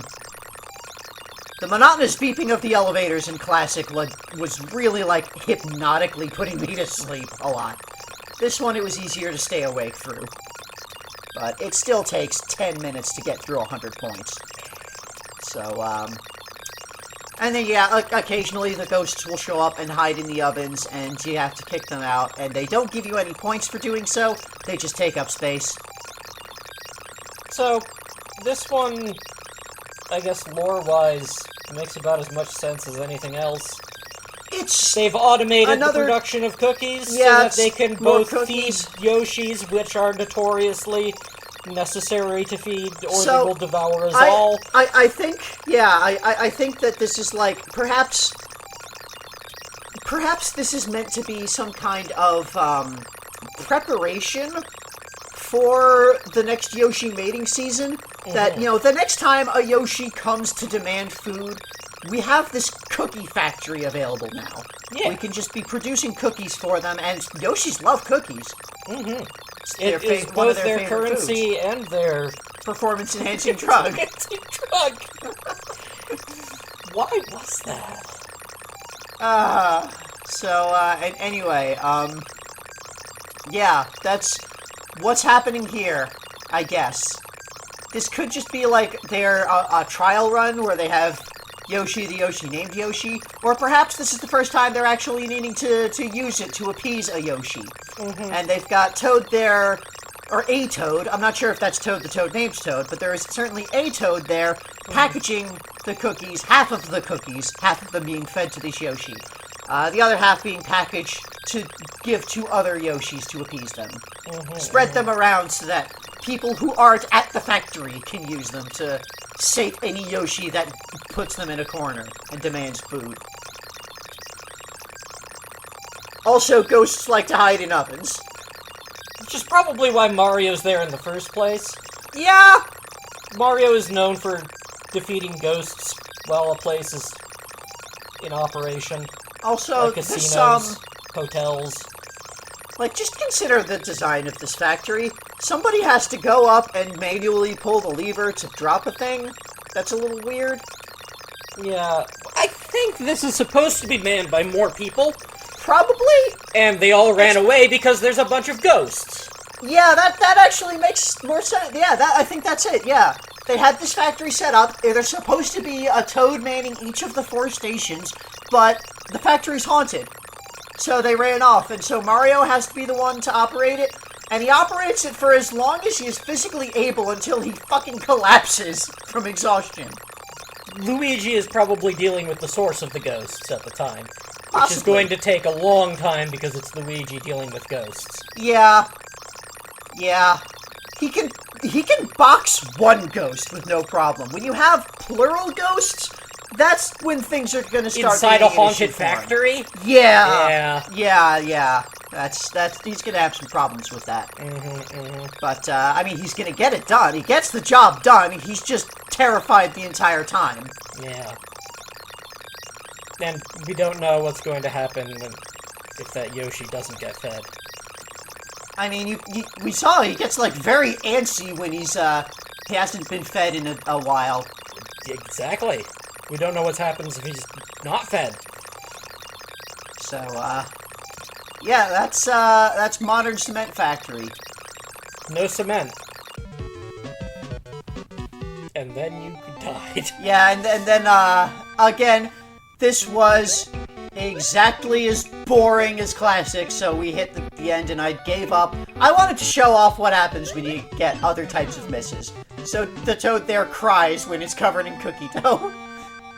Perhaps because it's terrified the Yoshi will come and eat him. That's fair, honestly. Hard, similar to Classic, the elevators don't stay in one place for as long, and there are more gaps between the elevators. But otherwise, it is not hard. It's not particularly hard, no. Okay. So, we're gonna go very fast forwarding through this, because we've already run out of things to say, and there's so much of this freaking game. Bye. There's so much. Look at how much there is. And just like in Classic, there are stretches of like up to 30 seconds where nothing is happening. There's nothing on screen for you to even think about reacting to. I went an extra 200 points past 1,000 because I hadn't recorded seeing a heart at this point yet. And I wanted to see if I could get one at 1,200, but no, you don't get one at 1,200. Only at 2, 5, and 700. You don't get them after the 1,000 loop. What do we got? Now, you unlock the Lifeboat, a horizontal multi-screen game. Only 4 people fit in your lifeboat, so be careful. Wait. Lifeboat. Wait. You have a lifeboat. It seems to be on fire. Oh no, that's the cruise liner. That the lifeboat is below. The people are jumping off of the cruise liner. We'll see it when we get to it later, when we get to the museum stuff. So, is Mario's Cement Factory on very hard, very hard? It is exactly hard at 1,000 points. As you saw, I got to 1,200 points with 0 difficulty whatsoever. I did not see any appreciable difference at 1,000 points here. I did not see any appreciable difference at very hard. It is still fucking boring. This is still the worst Game & Watch game. Okay, not the worst Game & Watch game. That's Spitball Sparky. This is the most boring Game & Watch game. And Modern did not do anything to make it any better. So, that's all I've got to say here. See you next time. Modern Donkey Kong Jr. So, this is another one that we have seen before. I was dreading this one because the last time we saw it, it broke. Wait, what? So, the Modern Donkey Kong Jr. You grab a key and it creates this platform, and you move over to DK over there, who's in the cage. You've got Goombas coming by. You can step on the Goombas. And this one, it has like modern-ish platformer movement, where you have like specific locations that you'll like ratchet to as you step along, but you can also like kind of speed through them, and like the way that you actually move is kind of platformery movement. You still get that little fruit there that you can drop on the enemies. So there's bullet bills sometimes. Mario is just kind of sitting there. Is that Mario, or is that just a doll? No, it's Mario, because, you know, he jumps up and grabs him. Oh. So, then after you've opened the cage, you move on to the second stage, which has, nipper plants coming out of the pipe up there. And instead of a platform that's spinning, when you grab the key, it spawns an albatross. Not an albatross. No, an albatross. An actual, just bird. Yep. Also, the manual lies about this game. Interesting. The manual says that you can jump on nipper plants to kill them. That is a lie. So, yeah. And yeah, you open the cage on stage 2 and you get to stage 3, which is this, icy area. It has an extra pipe on the side that spawns nippers, and you've got Goombas coming from the top as well. And there are bullets. There's bullets on all the stages. At 2, 5, and 700, you get a heart. If you move to the next stage before grabbing the heart will show up. That's bullshit. I killed that thing and still got hit by it. That's bullshit. That's bullshit. Wait, what? Look on slow motion. What happens there? I died on spawn. So this game is has some bugs, but it does not have the breaking bug that it had in Gallery 3. Which is where the spinning platform was impossible. Yeah, back in Gallery 3, after on the third loop, that spinning platform would never stop spinning, so you could never make progress again. So I had to get the 1,000 points by murdering hundreds upon hundreds of Goombas in that one. So this time, it did not break that way. I was able to just get the score the way that it's intended to be gotten. Which was a lot more fun, let me tell ya. So I think that there's a clear explanation for what's going on here. Yeah, so back in Gallery 3, we explained this as Mario helping the Kong set up a training course to try and train against Bowser's forces. This time, yeah, I think DK has been captured and punished for his attack that he orchestrated, because it's DK. He's not going to do a good frame job. They could tell. So, this is Junior attempting espionage. Yeah, because, I mean, Junior still loves his son. This is his son. It is his son. That he's gotta rescue. So, this is... You can tell because he's got the tie. Yeah. So this is perhaps going to harm Junior's ability to be a diplomat in the future. Yeah. Well, I doubt we'll see him in many games in the future. Yeah, we'll have to see what happens with Junior. But yeah, he's this might I think actually maybe Junior has gotten might be like one of his last appearances. He may have just like full in bought with the Kong family and their machinations. So yeah, maybe he was actually helping the Kong family with the fire. Either that, or he's a snitch, and that's why they found out that DK orchestrated it. Maybe. But he still has to break his son out. He's got to break out his kid. Yeah. To bring him home, you know. But yeah, hard mode, nothing notable changes. It's just faster. That's generally the case for the modern games, that hard doesn't have any mechanical changes, it's just faster.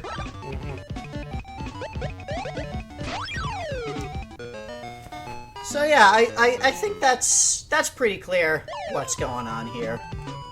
And so here's our last unlock here. You've got, congratulations! Now you can play Zelda! No, not all the Zeldas! Even if you see game over, you can still continue. Wait. Don't worry about starting at 0. Wait. You'll find all of the pieces of the Triforce in no time. Just play Zelda. So, yeah, the last museum title we've unlocked is Zelda. Game & Watch Zelda. Just play Legend of Zelda. That's gonna be interesting. Just play Legend of Zelda. Play it. Stop playing Mario games. Just play Legend of Zelda. So, very hard on this actually has a meaningful mechanical change. It replaces the Goombas with Spinies. That's interesting. Now, in Gallery 3, the Goombas got replaced with Spinies after you hit a certain score on hard. That did not happen in this one.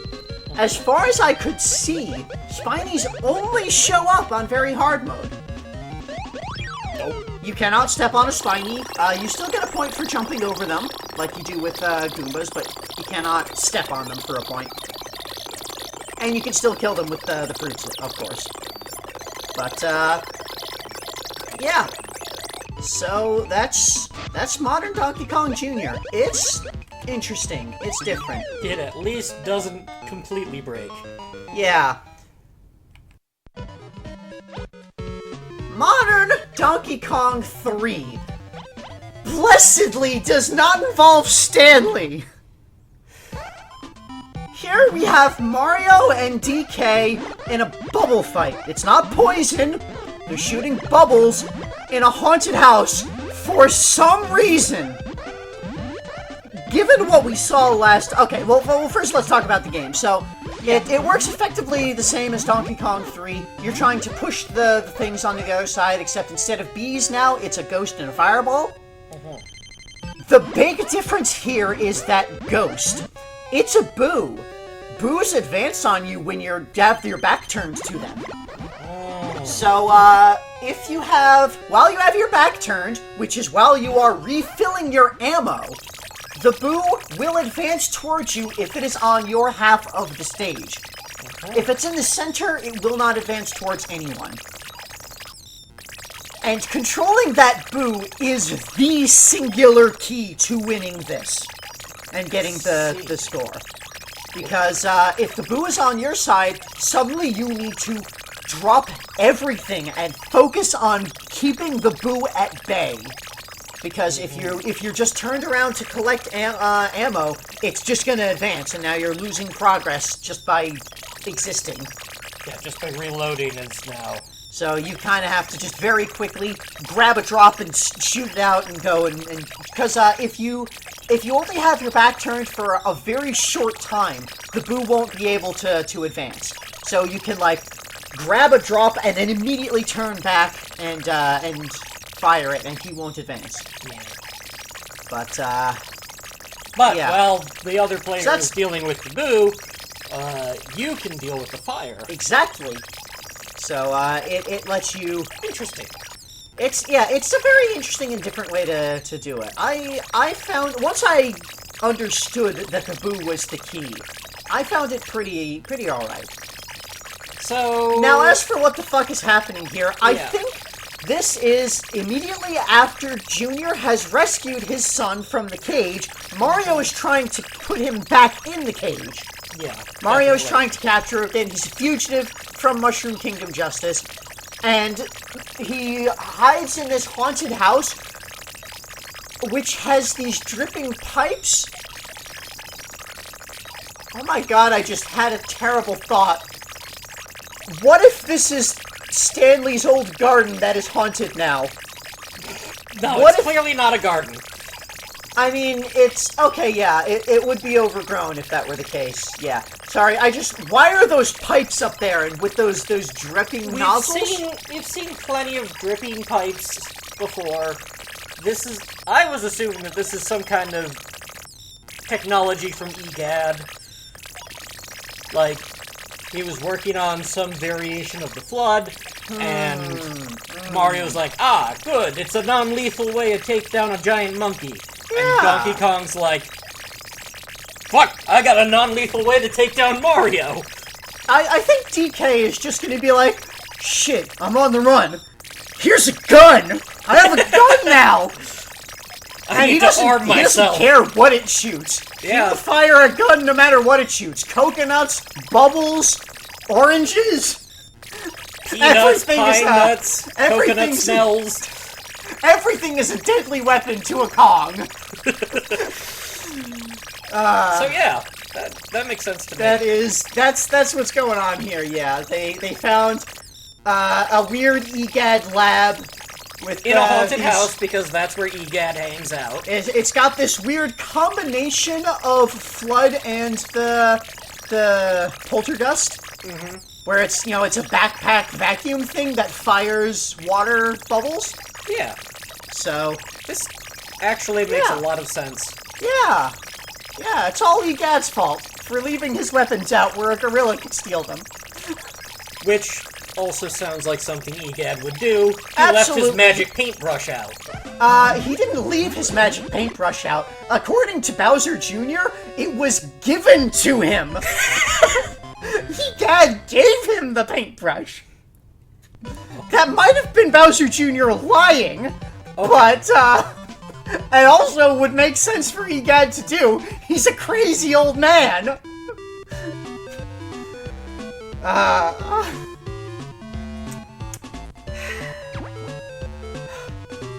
So, again, this is a versus thing. It's got 2-player mode as its secondary thing. Spray. It's got, the handicap in this one is how quickly each player's reload drip goes. So, you'll see here that if you pay attention to the speed of the drops, you've got Mario's side is very fast there, whereas DK's side is a very slow drip. In the single-player mode, similar to Classic, the drip of DK's thing will increase in speed as you go forward. So here we've just got the 5 plays that I needed to do for the 5 stars. Yeah. And then I got enough stars to show the credits. Oh. So we actually, I was kind of surprised that it took so long to get to the credits. We usually get the credits a lot earlier in these gallery games. And 5 times. And in this one, it's kind of... I like the way that they do it, because they mix the modern and classic versions of each game in this this cool way. Showing all these, animations of things happening here. Work together. Yeah, work together with these bizarre, low-resolution peoples and your past self. Why are you on a scooter? Well, that was one of the things that dumps the cement/cookie dough. Oh. Yeah, modern and classic, junior and junior. DK desperately trying to stop Stanley. Yeah! Get out of here! Vengeance! You don't belong here, Stanley. You belong in space, lost forever. And we're getting kind of another sneak peek at the modern versions of these other games. Luigi riding on the truck, both versions. Mario rescuing Pauline while Mario rescues Peach. Octopus. Classic diver. Just kind of go in the ocean. Racist cowboy man hitting a bob-omb. Wario flattens it. That seems bad. Thank you for playing. And there's Mr. Game & Watch being chased by Mario for some reason. Toss. Tose. Presented by Nintendo. Thank you for the present. All rights, including the copyrights of game scenario, music, and program, reserved by Nintendo. Oh, okay. All right, moving into the unlocked games for Modern. We start with Modern Chef. So we've seen Modern Chef before. This was in Gallery 2. Right. And this was the one where there's a Yoshi in the castle, and Mario, Luigi, and Peach are being trapped there, forced to cook for it. Because it's the Yoshi mating season. So, the gameplay is, you have move left and right, you can push the button to turn around. You're trying to catch the food in your frying pan. Each time you catch the food, it cooks slightly. And you can drop the food into the Yoshi. The Yoshi will always stay behind you. So you've got the pan in front of you and the Yoshi behind you. As you feed the Yoshi properly cooked food, it will, grow. And yeah, at 200 points you go outside for some reason. So yeah, as you hit the food with the pan, the food will cook. You want to feed the Yoshi properly cooked food. You can feed the Yoshi raw or burnt food, but the Yoshi doesn't like that as much. So you can see here, if you bounce that lobster too much, it's blackened and charred, and eventually it'll just crumble into ash. And if you feed a Yoshi burnt food, well, it doesn't like that, and it will reverse in its reproductive process. That is lore right there. I mean, this is how it was before when we did Chef Modern. That happened. Yeah. So yeah, we have a Yoshi here. You feed it enough times properly cooked food, and it lays an egg, and then a couple more, and the egg hatches, and then the adult Yoshi runs off, and now you're feeding the baby Yoshi, and you feed that a couple of times, and then it grows up, and that's the cycle. That's the life cycle of a Yoshi.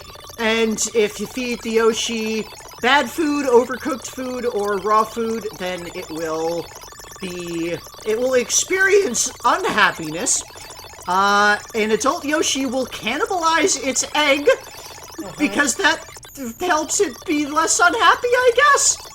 And if it doesn't have an egg, then it will revert to infancy.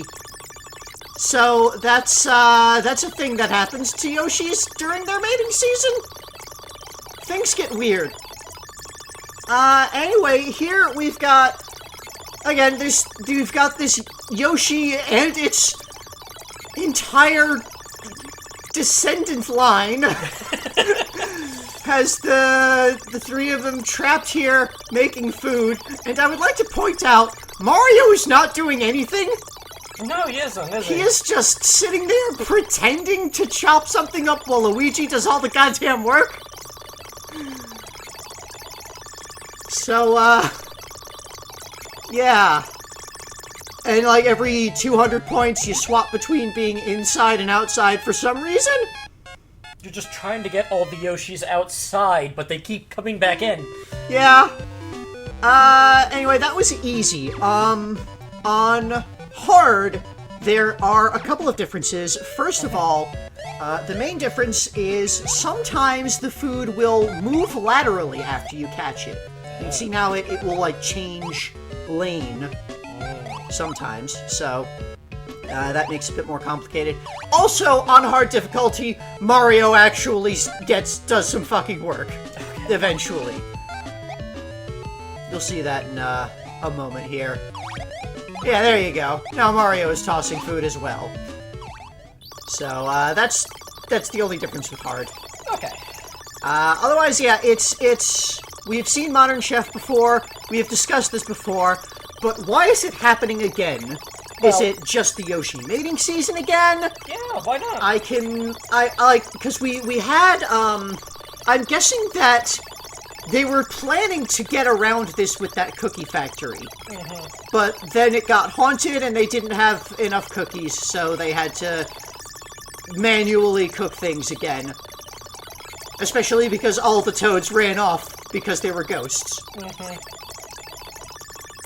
So I guess that's just what's happening here. That's the story. Yeah. Eventually, I'm assuming the cookie factory will be implemented properly. Yeah. So hopefully they will never have to deal with Yoshi's demanding meat again. Because they'll just have an infinite supply of cookies. An infinite supply of performance-enhancing currency. Performance-enhancing currency. Everything cooks at a different rate. Yeah, all the foods cook at a different rate. They require a different number of bounces. They also have, like, different weights. Like, how high they'll bounce differs. The eggs are surprisingly heavy. Lobsters are the heaviest thing. The bell peppers are the lightest. Yeah, that is something different between this and the Gallery 2 version of Modern Chef. They changed the foods up a little bit. That one had, like a leg of lamb, a fish, an egg, and, I don't remember what the fourth thing was. Sidebar will remind us. But here we've got a steak, an egg, a bell pepper, and a fish, and a lobster.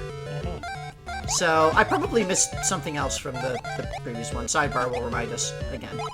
And yeah, here's very hard. It honestly feels like it starts out a bit slow for what very hard should be, but also it's... like, this gets very complicated when you need to move fast. Yeah.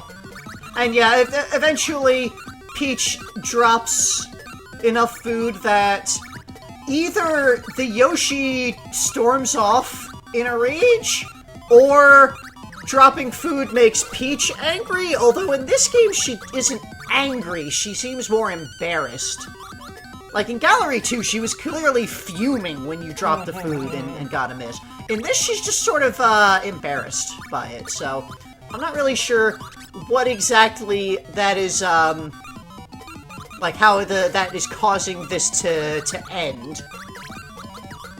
But, well...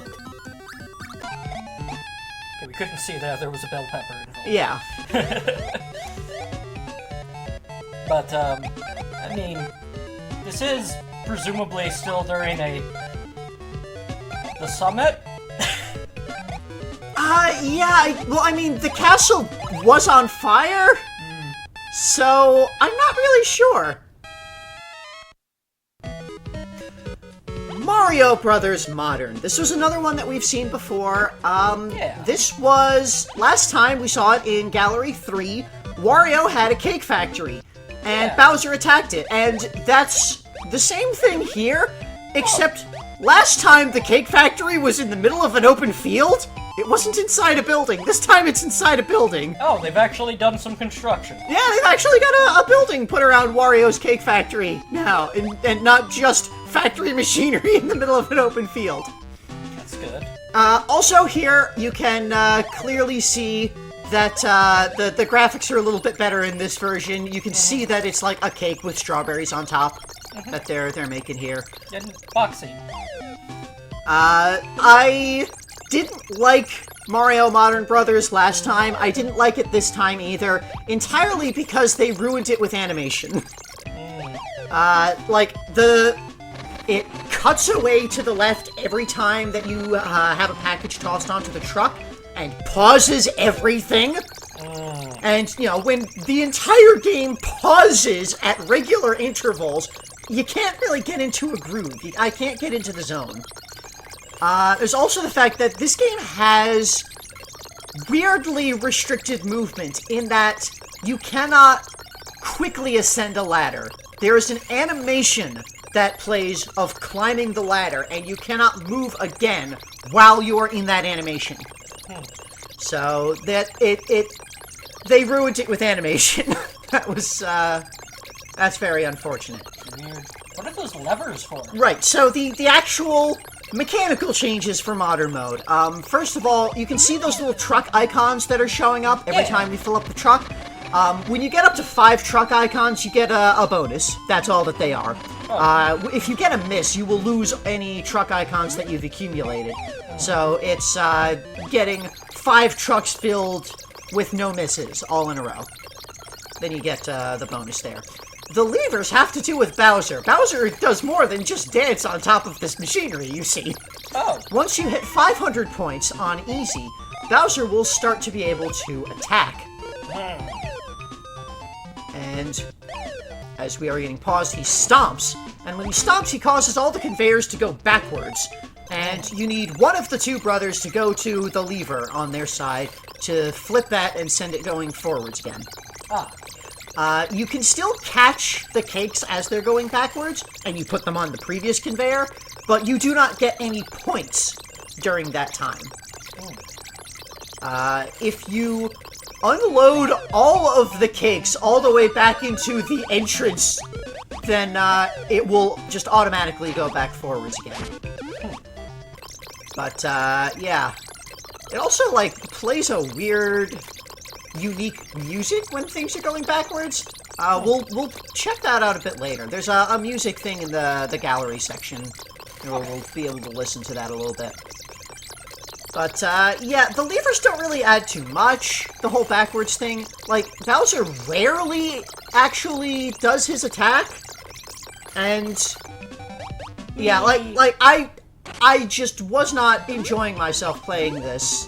Because it just wasn't Fun. It wasn't fun. All the constant cutaway and the weird movement, I didn't enjoy it. I just stopped immediately. It's very unfortunate. As I've said before, the classic Mario Brothers Game & Watch is my favorite Game & Watch. So, on hard, the only mechanical difference is that Bowser will start attacking earlier. He starts at, I believe it was 200 points is when he could start attacking.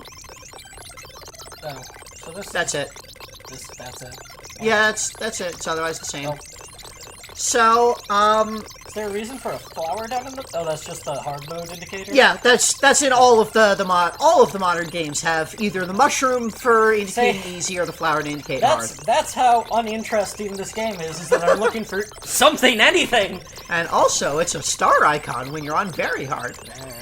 Yeah, so this, I think it's there's not too much confusion about what's going on here. Wario's Cake Factory never stopped being in production. Why exactly Bowser chose to attack it again now, I'm not entirely sure. Possibly he heard that DK was framing him and just decided to come and cause chaos, because if he's going to get blamed for causing chaos, he may as well actually cause some chaos. He might have been involved in the Yoshi's cookie attack as well. Yeah, he may have been the one who sent the ghosts out to the factory. Maybe he knows that it's the Yoshi mating season, and he's just trying to interfere with them in that. Also, the heart shows up by that lever when you get a heart at 2, 5, and 700, as usual with the modern games. Yeah, so I guess Bowser's just trying to show up to screw with them, because this is another food production facility, so he knows that attacking this will interfere with their ability to feed the Yoshis. So that's what he's doing. He's just attacking all of their food production to get the Yoshis to screw with them. Just because? Just because. Just because. Just because. So, very hard, and this is not terribly interesting, honestly. Like, it's fast-ish, sure. Again, I just kind of liked on this game. I didn't particularly enjoy it, so I don't honestly remember that well playing it. It was just kind of there. Let's talk about a theory I've just come up with. Okay. Yoshis. Yes. They like to eat. Yeah. But, notably, they don't eat magic that often. That's true. We know that Yoshis are...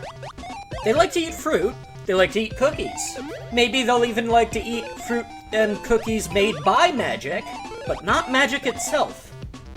That's why you see all of these factories being constructed, specifically for making food for Yoshis.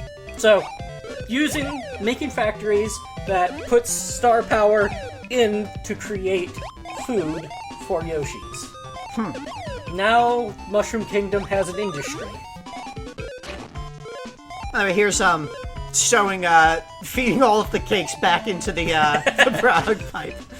That's when I just gave up. I was not enjoying playing Star difficulty, so... So, now, Mushroom Kingdom has an industry. Yeah. just to placate the Yoshis. It's not like they have any other jobs. Modern Donkey Kong, another one we've seen before. Honestly, like, half of the games in this gallery are from previous galleries. I thought it was less, but no, it's half. So Modern Donkey Kong, you've got, it's a similar concept to classic Donkey Kong, but it's extremely different, like, actual play. You've got this, like, big zone. You're still throwing the barrels. You can avoid a barrel by dodging through the pipe when it's in the pipe. You jump over the barrels. You need to get onto... You hit the switch over there to start the little platform spinning on the side. You need to jump to get onto the platform. You do not press right to move right onto that platform. You press jump without pushing a direction, which took me a bit to figure out. Yeah. It's kind of obtuse. Anyway, you get into the door and it removes part of Donkey Kong's platform, DK's platform. You do it 4 times and it drops him, and then you move on to the next zone, which is a jungle zone. And it's got those donut lifts instead of those, like, little pipe bits. Those segments will fall down. The pipe segments could also fall down if you're standing on them for too long, or if you're hanging on them for too long. The donut lifts will drop a little faster, a little sooner. You go through 4 doors here, you drop DK there, and now you're on, like, a little airship in the sky, and those cloud platforms will drop even faster than the donut lifts. And again, you need to press jump to move right onto the continued clouds there.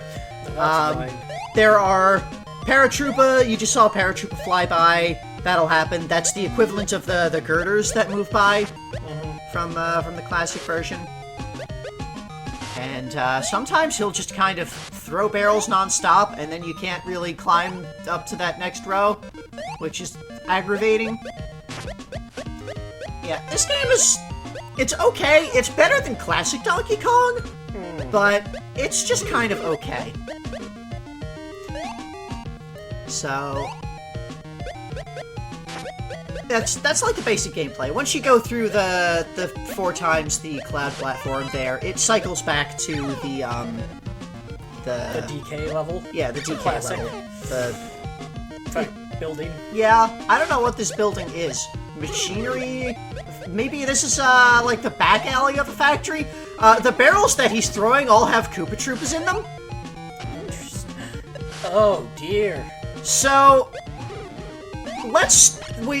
continuing on from where we last left off with DK, he was on the run. I guess he got away after shooting Mario with that bubble gun. Yeah.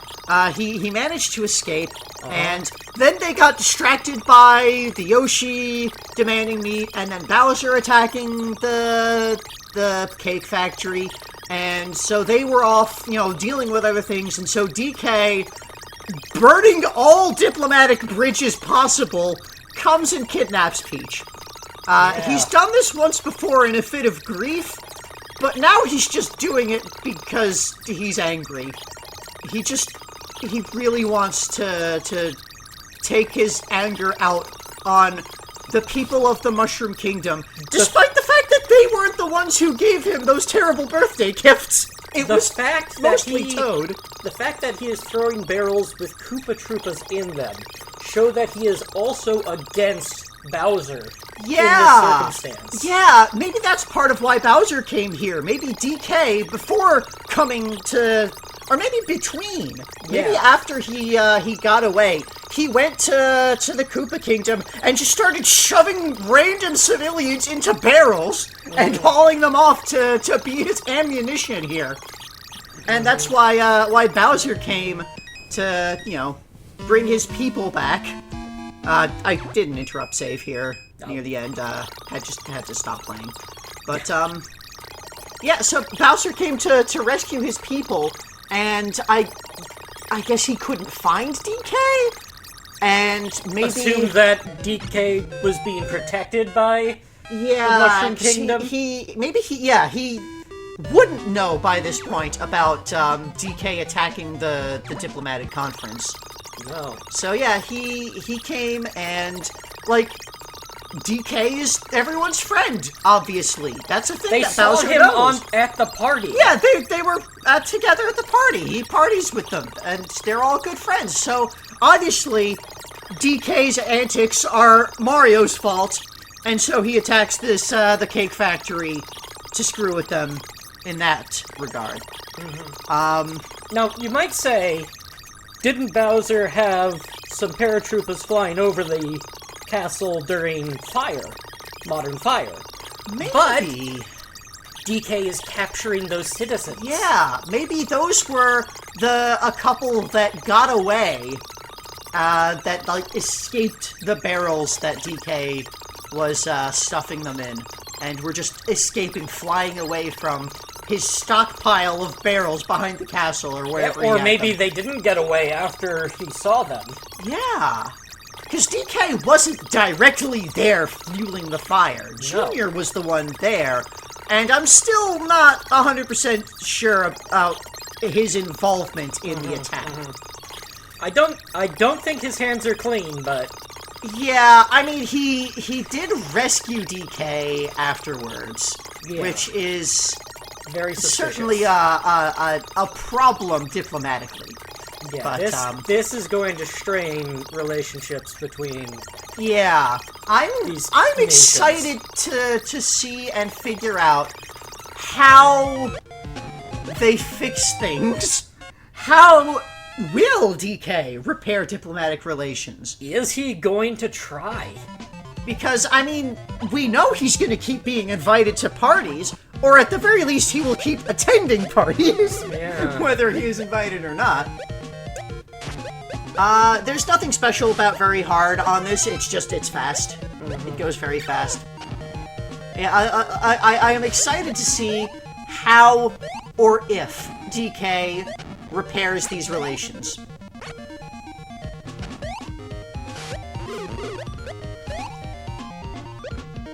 I think we're kind of out of things to say about this. I think we've covered this Yeah. pretty well. It's DK captures the princess as a continued part of his revenge against the Mushroom Kingdom for some reason, even though it was...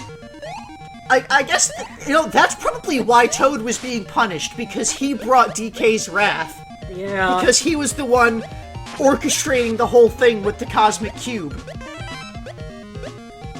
So... It's weird that it's not even the Cosmic Cube's fault. Yeah, it's Toad's fault, and also Shy Guy and Goomba and Koopa and Boo. And, like, all of those people who are named after their species. like, this wasn't like an orchestrated attempt to provoke anybody. They were just really bad at figuring out what birthday gifts to give this mafia boss. Because they were just trying to have a fun time, and they were just so bad at it. Yeah, all that anyone knows about DK is that he liked banana. He liked banana. He liked banana and barrel of monkey. Yeah, that's DK like barrel and banana. That's He doesn't like barrels! He hates them! He does, but nobody thinks that because he's throwing barrels all the time. That means he must love the barrels. That's his favorite weapon. He hates them! Oh, All yeah. his friends are trapped in them. He makes weapons out of them. Yeah, so it's just this honest misunderstanding, which is also just kind of... I don't know. It seems like the perfect Mario thing. Yeah.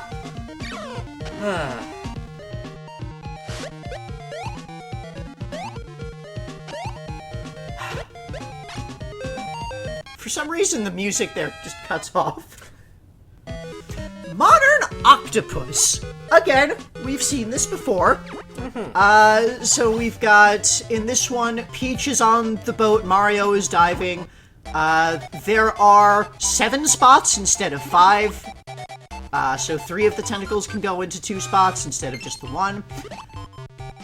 You run down, you grab treasure from this chest. It's full of gold and swords and scepters and... Oh dear. Modern Octopus, as you collect treasure, you fill up your treasure bag, and it weighs you down. So you can hear, like, that sound getting lower.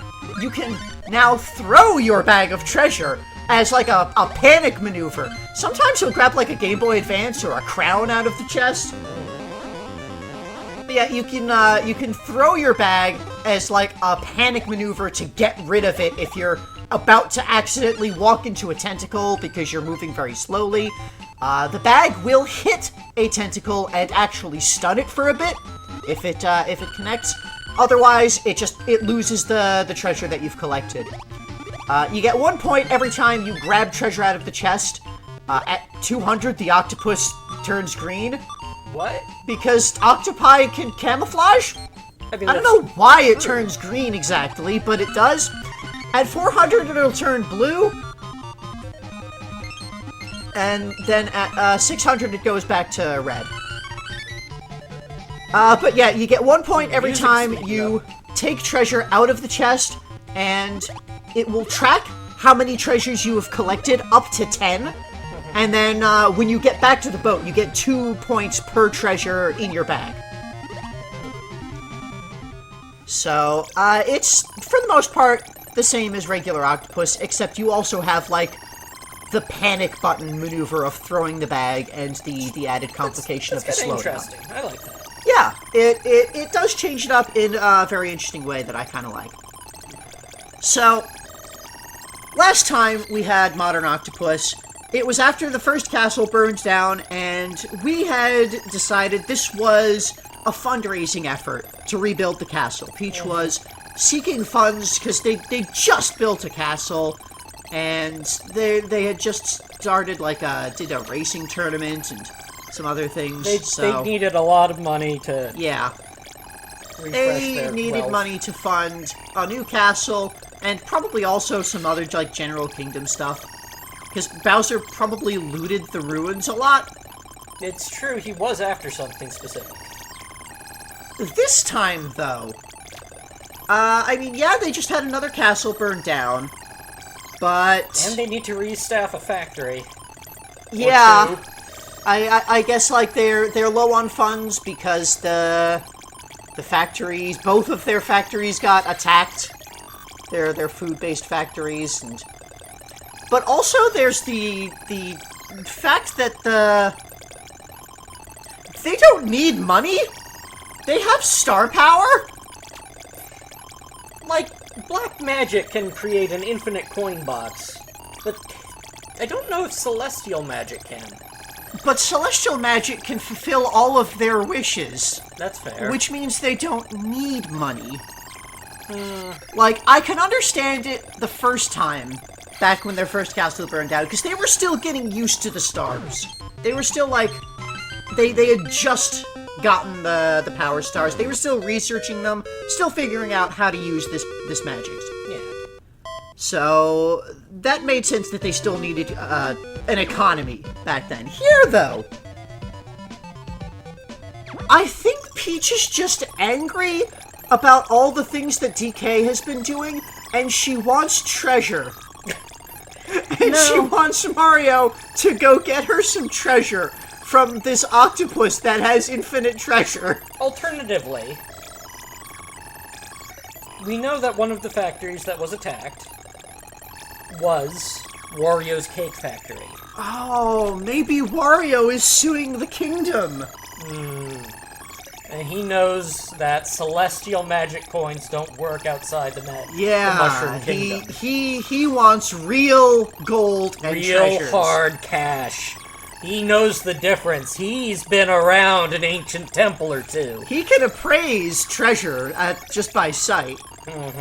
So, yeah, there you go. That's why they're stealing treasure. Because Wario demands it. And, I mean, Wario controls a lot. Both in the Mushroom World and on Earth by this point. Like, we know he controls the Mushroom Kingdom Gaming Commission. So, if they want enjoyable sport competitions ever again. They need to keep him happy. Considering the amount of havoc that was just wreaked in their factory food complexes, which are probably funded by Wario. Yeah, there's it's entirely possible the cookie factory was also funded by Wario. That maybe, like, he's operating that, and he's selling the cookies back on Earth. Yeah, I think that the cookie factories are celestial-powered factories manned by Mushroom Kingdom workers, built by Wario. Or maybe Wario is managing them? Yes. Because, I mean, nobody else here has experience managing a factory. Yeah. Like, Peach knows how to manage an incompetent Toad workforce, but not how to make them, effective. Right. So they hand it over to Wario to be the one to actually operate it day to day, and, handle keeping the Toads in line and keeping this factory staffed and running. But he's not responsible for dealing with ghosts. And again, probably just suing them for the damages. Yeah. And because the Mushroom Kingdom does have to deal with the outside world, they do need real hard cash sometimes. Yeah. And because they don't actually produce anything or make any trades. Oh yeah, it's entirely possible that their magically created goods don't persist outside of the kingdom. It could just be that they can fulfill all their own needs with magic, but you try to bring that stuff to Earth and it just kind of vanishes. So, any kind of imports that they need, any kind of dealings that they need to have with Earth or people there. Like, you collect 100 coins, you get a free life. What does that mean in the real world? Modern fire attack is a little weird. Like the original fire attack was. So, this is not racist. It's just Wario is here at this structure, and there are bullet bills and bob-ombs coming, and he's hitting them with a hammer to protect the structure. Don't hit bob-ombs with a hammer. Except Wario's hammer can flatten them, so this structure is actually guarding a gold statue of Wario. That is why he is protecting it. I see. Also, sometimes the cannons fire tomatoes. Okay. And you don't want to squash the tomato, you want to eat the tomato. Right. And sometimes Wario's chickens will come, and then, they'll lay an egg, but only if he is standing there to receive it. Okay. Otherwise, they'll just go away. Well, what happens if you catch the egg? It's some points. Oh, hit the chicken. You don't want to hit the chicken. The chicken will lay an egg if you don't hit the chicken, and if you're there the statue is revealed. And, at 2, 5, and 700 points, you get a heart fired from one of the cannons, and it repairs the wall, and also eliminates all enemies on screen. Nice. So, I think this is Wario doing a training regimen. I don't think this is like an attack on something by somebody else. I think Wario set this up himself to train. Yeah. Do you? Because, he's running around hitting these things. Sometimes the cannons fire tomatoes, because, you gotta keep your energy up. He's got his chickens. We know Wario keeps chickens.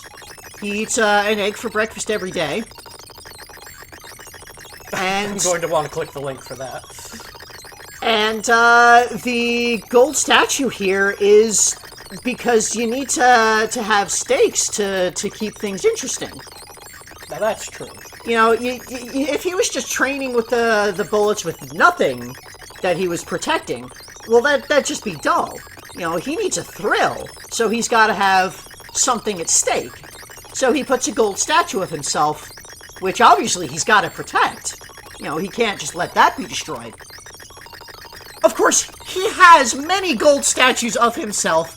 It's a trivial thing for him to replace, but it's still, every gold statue of him is precious. it's his image, so he It's needs an effigy to of him. protect it. So, you know, it's enough to get him going and keep his keep him trained. So, you know, because, you know, day-to-day doing business, he's not getting a lot of exercise, but, you know, he's gotta stay fit. He's got to stay in shape. He's gotta be in proper Wario condition for treasure hunting. You know, whenever the opportunity shows up to do treasure hunting. Because it's not every day that an ancient gold pyramid is discovered. Yeah. So when he's not adventuring, where there aren't adventures to be had, and he's just being a businessman, he's gotta stay fit. So he sets up games like this. Mm-hmm. You never know when a cosmic party cube's gonna happen and you get invited to a party. And it's also possible that he set this up to work out some frustrations about, you know, his factory being attacked again. Yeah. That's the only other involvement that he's really had here. That, and he got hit with paint a couple of times while just hanging out. Aww, And there's the statue is destroyed. But again, it's okay. He's got more. He can just set it up again the next day. There's no mechanical difference on Modern Hard. It's just things are faster. And I think we've already kind of run out of things to say about this, because it's pretty simple what's going on. It's Wario doing a Wario thing. There's nobody else involved with this game. No one else is here. It's just Wario. It's just Wario doing his own thing. So, yeah. Kind of chill, actually. Yeah. I really liked this one. You might ask, where did Wario get all of these cannons and bomb-oms? I mean... He bought them. Yeah. Bought and or manufactured. Mm-hmm. You know, I mean... He may very well have a weapons factory. We have seen evidence that he is perhaps in more profiteering before. Definitely has a weapons factory. Oh, absolutely. Maybe he buys them from Waluigi. Well, Luigi was playing bomb-oms both sides before. Now, something very interesting about this on hard. So, watch the speed of things closely. It suddenly picks up there. Did you see that very sudden pickup? Yeah.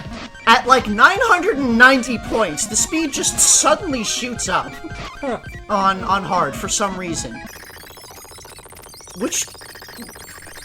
it's kind of hilarious, and for my enjoyment, kind of great. I really like the fast speed of this.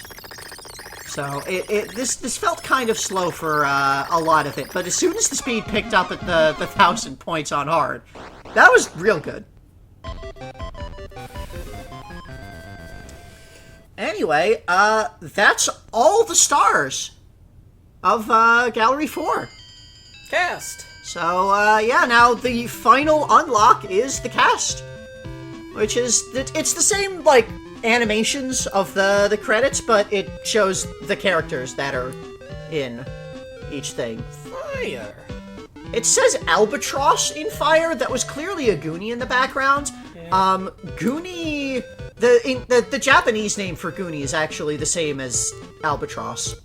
Ahudori. But yeah, just, you know, list the cast, so...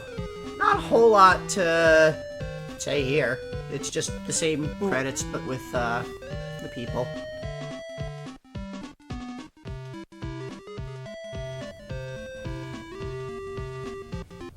Donkey Kong, and Junior, and Mario, and Goomba. And it does not list the characters in the classic versions. It only lists the ones in the modern versions, so Stanley receives no credit. Good. Baby Yoshi is listed separately from Yoshi. Fascinating. So, I really liked Gallery 4. Yeah. I was shocked. Because, again, Gallery 3 was a huge pain in the ass. Gallery 4 was just good. There were a couple of pain points here and there, but for the most part it was great. And despite the fact that this has more games than Gallery 3, it took less time. Gallery 3 took me 50 hours. This took me 40. Thanks you for playing. Thank you for playing. Thank you for being. And it's the same ending and that thing about Nintendo and their copyrights. And their presence.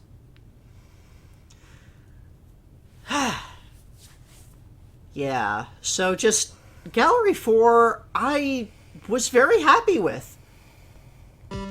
So, yeah, it was, again, it was a very pleasant surprise. It's a very hard modern fire attack. Yeah, so this starts out at that very fast speed that you got from hitting 1000 on hard. So, real fast, real frantic. Like very modern. Modern fire attack compared to regular fire attack? What was that? How did you like modern fire attack? So modern fire attack, to play, it felt about the same as classic fire attack, so it was pretty good. But also not racist, so significantly better.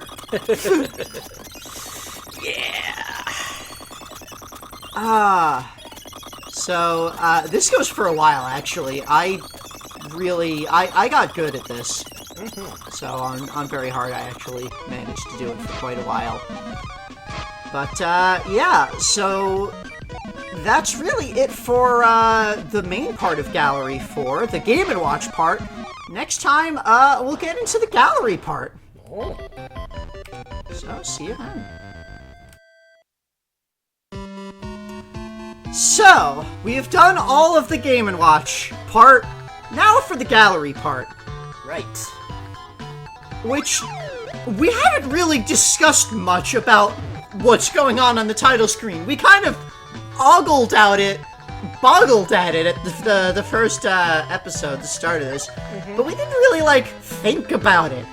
Mario's show. Why is Mario putting on a show? It's a circus. Mario has a circus. Why does he have a circus? So, here's the gallery corner. Mario's studying. Why is all Mario of these studying? things show up as you unlock things. Game & Watch history. It lets you, it's like a little timeline of release dates for various, the Game & Watch games. So, it lists all the Game & Watch things and what year and what day they were released on. So, you can see through here, most of these games we've seen in this series, in galleries previously. We have not seen Snoopy Tennis. Or Mickey and Donald. Yeah, there were a number of Disney games, Disney licensed things that they did Game & Watch games for. But, and it shows there when the NES came out, so a lot of the Game & Watch stuff was before the NES. But then they kept doing things afterwards as well. Snoopy. Yeah. So this is kind of nifty. It's just sort of there. Yeah. Kind of fun. Crab. Crab. Do not know what that is. I would like to know what that is, kind of. And the last couple there, Donkey Kong Circus, Donkey Kong Hockey, which were the last appearances of original Donkey Kong for 10 years. Squish. Just squish. And then a bunch of Game & Watch versions of NES games? On the crystal screen. In 86. Some of the ones that we're going to see in the museum down at the end here. Zelda was apparently the last Game & Watch that they released. I thought it was Mario the Juggler. I thought I'd read that somewhere, but no, apparently it was Zelda. Mario the Juggler even listed on here? It was way earlier. Oh. So, yeah. So yeah, that's the history of Game & Watch games. Present. Would you like to see the staff credits again? Just press the A button to watch them. If you want to see the cast of our games, just press down on the control pad when you press the A button. Oh. So yeah, that's what present here lets you can see the credits again. Okay. The music room. You know, Luigi playing a trumpet. It's not a room. Well, that's just a display. The room is over this part. Oh, okay. Where they go to afterwards. Here. I see. It's the room with the giant record player. It's the record player for giant records. Luigi walking by with an accordion. Why? And when they play the record, they stand on it, and Luigi's seems trumpeting, bad. and Mario's got a big drum. There's no needle, is there? No! I think they're the needle. And the music is playing through them. Anyway, we've got all of the different musics. You know, here the rain shower music when you get all the moons filled up, and, you know, when you hit the P-switch and end a thing. Yeah, here we'll get to, also Luigi coming by with a stack of records. That are too small for this. Here's a fuller listen to the music that it plays when things are reversed in Modern Mario Bros., which is kind of nifty.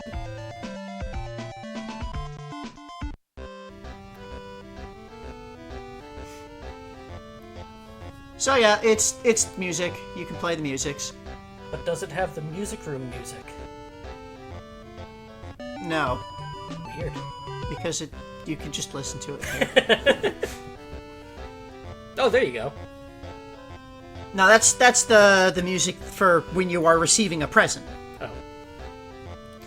And I hung here just for a little bit just to see if anything else would happen with Luigi, but no, he'll carry records over to the right, and he'll carry an accordion over to the left.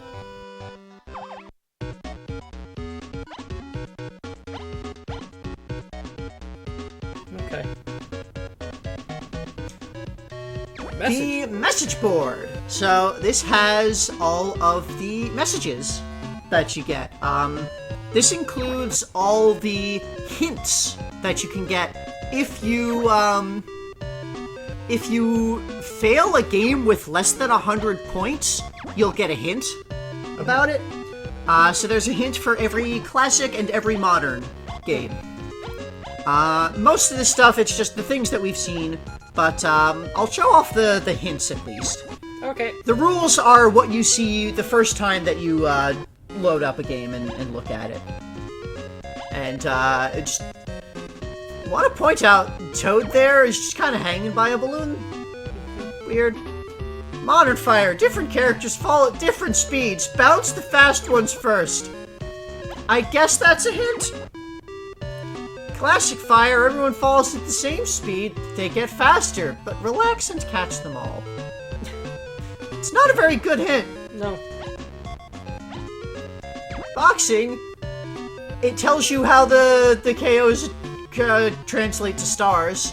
That's it. Knock out the challengers. Linked. This is what it shows when you first load up two-player mode. How to do the link play. So, we saw that. Classic Boxing. When you take a punch, your defense meter goes down. Don't take punches. That's basically all it's saying. Don't take punches. Don't worry about avoiding the falling moons. In fact, if you catch enough, something interesting might happen. This was in Rain Shower where, you know, you collect the moons and that, so. Classic Rain Shower. There's crows? Yeah, a lot of the hints here are just kind of explaining basic gameplay stuff. Yeah. Modern Cement Factory. Boos don't give points, but they still fill up space. What a pest. Classic Cement Factory. Watch the elevators. You might need to hang out in the safe spot below for a while. That's, I guess, kind of a good hint if you haven't gotten down how to do the elevators yet. If you don't grab the key, the walkway to Kong will not appear. Enemies move in many different ways. Those are two extremely good hints. faster you grab the key and open the cage, the more points you get. If you use the trees well, you can hit enemies with falling fruit. That's actually decent hint. The fact that if you go faster, you get more points. Close the fireball and Boo and Bubbles to push them to your opponent. The fireball won't move on its own, but Boo sneaks closer when you turn your back on it. That's a good hint if you haven't recognized how the Boo moves yet. Take out bees, but don't run out of spray! Refill your spray bottle and bees. That's... yeah. Modern Chef. Catch the food or let Yoshi eat it. Just remember that Yoshi likes cooked food the best. So yeah, that's good if you don't realize that Yoshi can eat the food. Food can fly both high and low. Yeah, that's Some of these hints are yeah. video game. Don't miss a box! Fill that truck! You get extra points if you get all the truck icons. That's their hint. Don't miss! Classic. I don't know what I was doing here.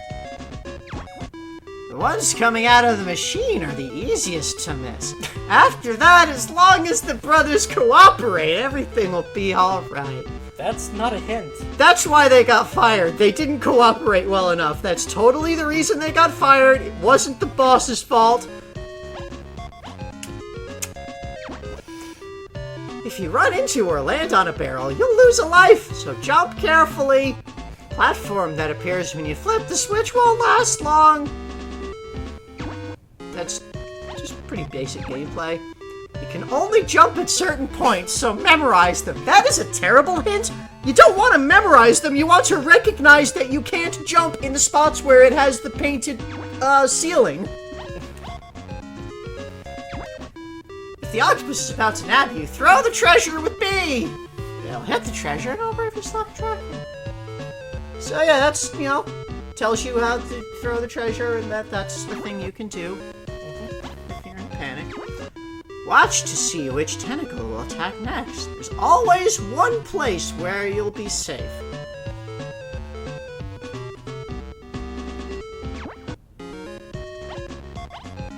Fire attack. Don't worry about the food and chickens that approach on occasion. Just go for the bullet bills and bob-bombs. That is bad advice! The food and chickens give you points. Good advice would be don't prioritize the bullets and bob-bombs over the food and chickens. Those are the important things, because you can miss tomatoes and chickens and be fine. Try to tell whether an enemy or torch will reach first. The thing that comes first. Look at what comes first and hit that. Anyway, yeah, let's just look at these animations here. We have Yoshi just kind of hanging on a balloon there, and we have Toad just littering. Oh, he's got tossing flyers. Flyers from Mario Flyers Circus. from Mario Circus that he's just throwing. And there's like a theme park here. The theme park is not a circus. It's not. But, like, why does Mario have a circus? Alright, let's dive into the void and check out the last couple of things. Okay. The unlocked museum Game & Watches. So, first we've got Manhole, and we saw Manhole back in Gallery 1. We had a modern version of it. Yep, we do not get the modern version in this gallery. But here you just move to be in the right spot where there's a person going to be. So we have easy and hard, game A and game B from original Game & Watch, but you don't have. There's no stars that you get for doing this. It tracks your high score, but that's it. This is just here for fun. So you just move your guy to be in the right spot to have a platform when someone is going to step into the hole. Once they have stepped on the platform, you can move away, and they'll still be fine. And I just went for a bit until I lost, which didn't take very long because Manhole is freaking hard! Like, all of the... I remember you having problems. Yeah, this was one of the first Game & Watch games. This was actually the first game that I did in Gallery 1. It was the first one in the list. And it was really hard. It was a very rough start to the series, the Game & Watch series. I didn't even break 100 here. So, yeah. I'm not bothering playing both hard and easy for these. It's just, you see the things. Fish! Easy and hard on Manhole, there wasn't really any difference except for speed. Tropical fish! On easy, fish only come from the right, but on hard, they come from both sides, so be careful. So there you go, that actually just spells out what the difference is between both. So here we have this extremely bad pet shop owner who has these tropical fish that are suicidal, I guess? They're jumping out of the tanks, and you need to catch them in your fishbowl. Otherwise, they will land on the ground. And then the cat will get them. You see there's a cat over on the left? It's just waiting. It's waiting to see if a fish will drop. A tropical fish. So, yeah, the fish will come out and they'll randomly hop either left or right from your fishbowl. And there's 4 spots where you can be that you need to be to catch them. It is not very complicated. No. They could have made a modern version of this with Cheep. Yeah, they could have. So this was a pretty good Game & Watch. It's pretty solid. It's a lot like Chef, just like with a slightly different, theme. Way that the things move. Not too difficult, it seems. No, it's not. I got pretty damn far with this. When you miss a fish, it lands on the ground, and the cat runs out, and the cat grabs the fish, and then it eats the fish, and you get fish bones. Kinda grisly. But, yeah, like this, they have this involved animation for getting a miss in this game. Well. It's a little weird. But yeah, eventually the man loses all of his fish. They all jump out, and the cat eats them. And then he goes out of business, I guess. Mario's bombs away! Yes! So, longtime viewers will, of course, remember the time that Mario was deployed overseas as an infantry grenadier for the U.S. invasion of Grenada in 1983. I love this fact! So, yeah, you've got fire above and fire below. Don't forget to move your bomb up and down. Your friend who takes the bombs is unpredictable, so don't depend on him. So, yeah, it starts with this little animation, and that kind of shows the way the game goes. Mario there he has this bomb. He gets handed off a bomb by that guy in a fort, and he needs to give it to his ally on the right, the one who's standing there, refusing to take the bomb. He's unpredictable, you see. Meanwhile, his other ally is smoking and lighting fires on this just spilled oil that's left out, and then the enemy combatants in the trees are attempting to light the bomb on fire as well. And if it lights on fire, then you get knocked back and blow up your own fort. Destroy the magazine, yeah. Every time your buddy receives a bomb successfully, he'll throw it on top of the trees. Every time you get a miss, all the bombs on the trees get wiped out. I actually did play this a second time on easy, just so that I could show the animation of getting all the bombs on the top. But, yeah, so Mario was an infantry grenadier in some jungle conflict, which we assume was the U.S. invasion of Grenada, because that was the war that happened in 83. And yeah, you get all the trees filled with bombs, and you blow the enemy sky high. And eventually, there are too many friendly fire incidents, and Mario is quietly discharged and returned home. He's a hero, not that kind of hero. Especially when they give him the worst squad in the field. Parachute. We saw this in Gallery 2. Sometimes parachutists get stuck on trees on hard difficulty.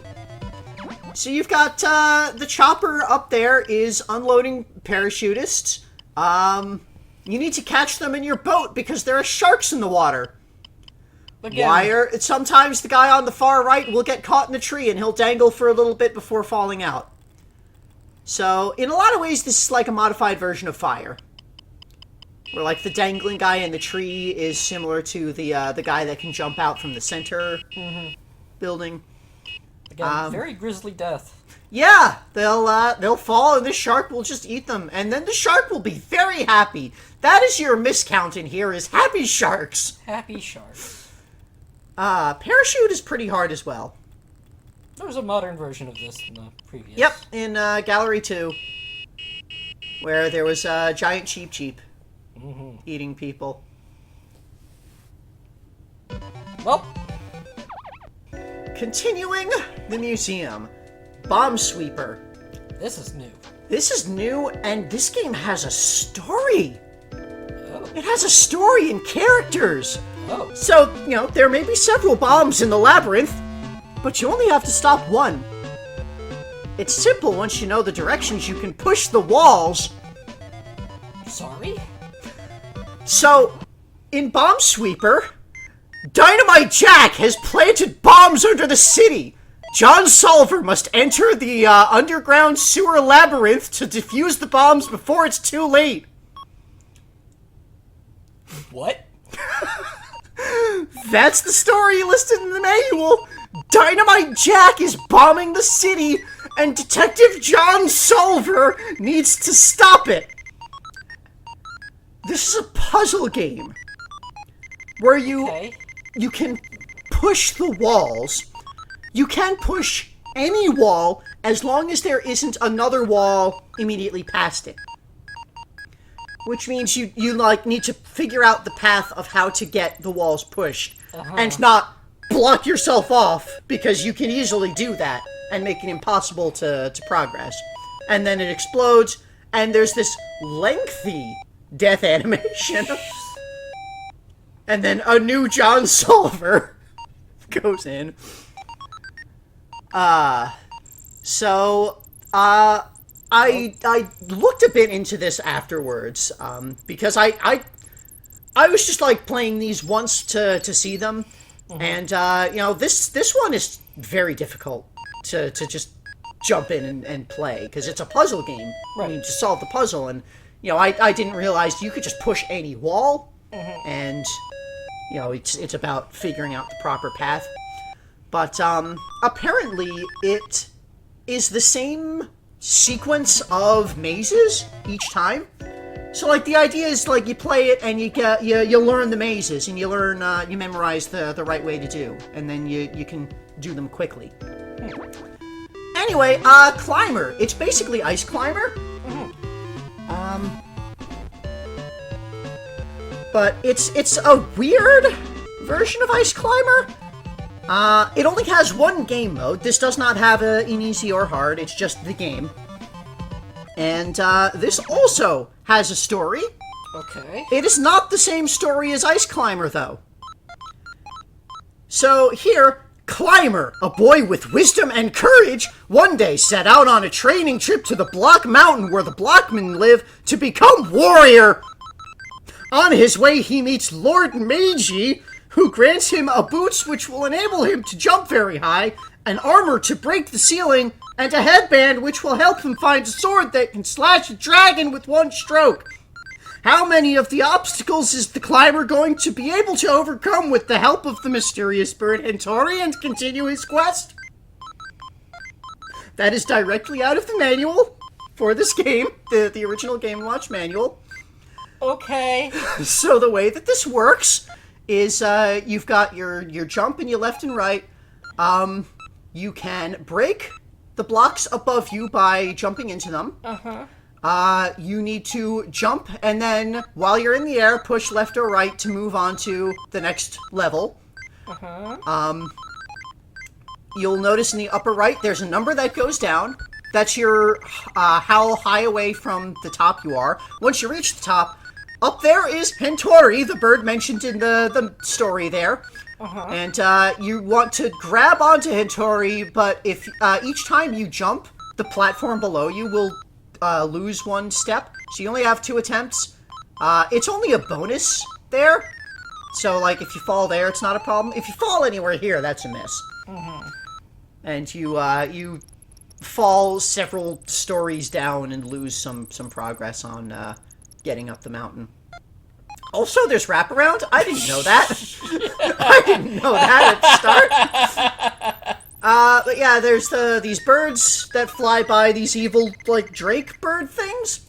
And then there's the blockmen, who will create blocks as they pass by. Right. Like, as soon as they step onto an empty area, they'll create a block there. Right. And that's the game. What is this about a sword that can kill a dragon? Apparently, there is a dragon. This is something that I did not get to. Like, I only played through once until I game overed and then I stopped. But I looked into it later, and there's apparently a dragon, like a boss, that you fight. Okay. So, I'm not really sure about how that works. Like, after you do a certain number of mountains, you get to the top of a certain number of levels, they'll fight the dragon, I guess. Okay. That's Climber! There were some really weird Game & Watch games. Like Safe Buster. Safe Buster! So Safe Buster doesn't have a particularly interesting story, but it does have Watch what happens when you dump all of them on the left. Yeah, that's, a... Cryptic message there, yeah. So it doesn't have a story, but it does name the villain Wily Bomber. Wily Bomber. Your character doesn't have a name, he's just generic policeman. Cops don't deserve names. That's fine.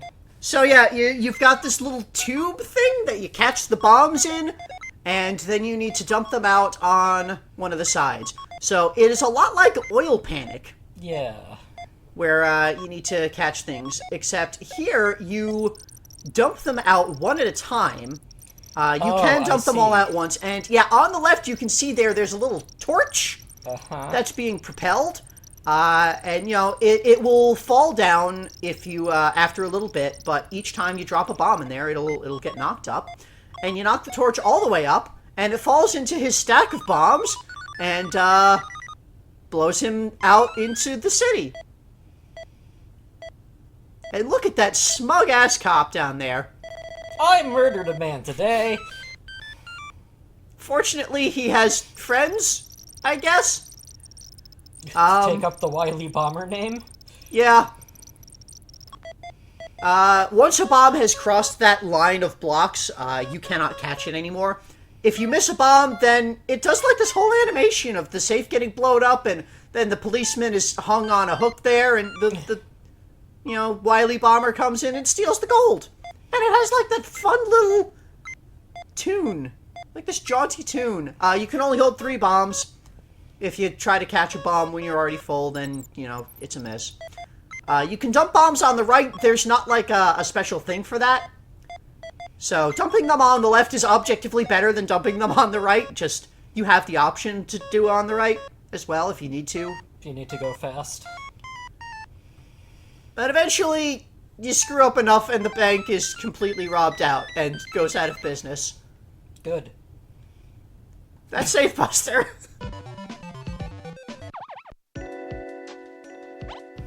Lifeboat. Lifeboat is... also does not have a particular story. It's more of a standard Game & Watch. You're catching people in lifeboats who are jumping off of this burning cruise liner. Your lifeboat can hold 4 people. If you try to catch a 5th, they'll fall into the shark-infested waters, because all waters are shark-infested, of course. So here, you've got a lifeboat, and you've got people pulling back and forth with ropes to maneuver it, which is a little awkward. And yeah, you get them off to, once people are in the lifeboat, you pull them to one side, and they will automatically climb off. But, you know, you need to move back to catch people as well. So you kind of have to manage between, you know, the time to unload someone versus needing to rush back and save someone who's falling. So this one was pretty difficult. You know, I was only playing these the one time, but, you know, this was pretty rough. Mm-hmm.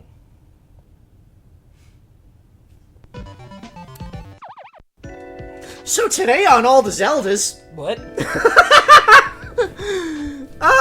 Today on All the Marios, we're playing Zelda. When you have the Water of Life, press down on the control pad to use it at any time. That's not a good opening rule. Once you have a map, use it to check your location. Okay. The tomahawk will come in handy when you're fighting the dragon. That is not a Zelda. That is a lot of information that you're given up front here. None of it. So, Zelda Left, also... right, use medicine? Yeah, down for use medicine. So Zelda does not have a Game A, Game B. It's just the one game, no difficulty setting on that. Zelda, as you might expect, has a story. But first, let's just look at the gameplay here. So we've got Link over there. We have a goblin on the right, like a moblin, with a spear. And below, there's a skeleton who has like a dagger that he stabs up at you. Like a Skullfos? Yeah, that's a Stelphos. Stelphos. So, you need to step forward and stab the moblin with your sword. You've also got a shield. Sometimes the moblin will throw its spear. You need to block with the shield. When you swing your sword, you will put your shield behind you. So I defeated the moblin, and that clears the room, and he dropped a heart, and it refilled 1 life point there. And then I have a choice of 2 stairs to go up. And this one, now it's got 2 Stelphos. So the Stelphos just sit there stabbing upwards. That's all that they do. You just need to dodge them. And you just kill that. And this one had the tomahawk. And you can see up at the top screen there, I've got the tomahawk there now. And Tomahawk. And this area has a ghost. Oh. It shoots things at you from behind.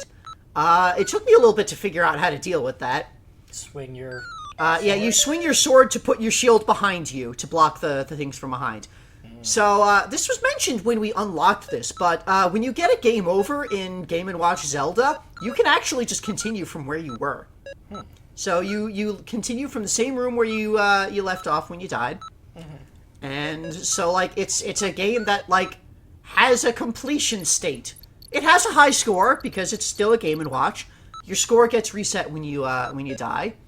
But, you know, you can actually just continue through. And, you know, up at the top here, you get the last stairway... Or no, Oh, you have the map. I got the map. That's why I think... So, I got the map from that one, and you can see up there, now it shows, like, the map and where the boss room is. And there, I got the Water of Life. And, you know, you can hit down to use it, and it refills you to 5 hearts. You start with 3 hearts. 5 is your maximum. And up here you got this stairway made of skulls, and that gets you to the dragon. And now you can see I'm using the tomahawk, and it's spewing fire. So the tomahawk does 9 damage to the dragon per hit, whereas your sword only does 3. So that's why you get the tomahawk, and why that's good. So the dragon is spitting fire, and also it stabs with its tail. But you chop it up, and you kill it, and you get a Triforce piece. Nice. And that fills in a piece of the Triforce over there. And then you move on to the next dungeon, which is different combinations of enemies up until you hit another dragon. It's always dragons that you're fighting. It's always dragons. Because, you see, the havoc caused by 8 fierce dragons is increasing day by day. These dragons have refused to live in peace with man, and are fighting against him to rule the world. Now that your sweetheart, Princess Zelda, has been kidnapped by the evil dragons, you have resolved to destroy the dragons. So, like, okay, they're taking over the world, that's fine, but if they're gonna steal my girlfriend, now I gotta murder them.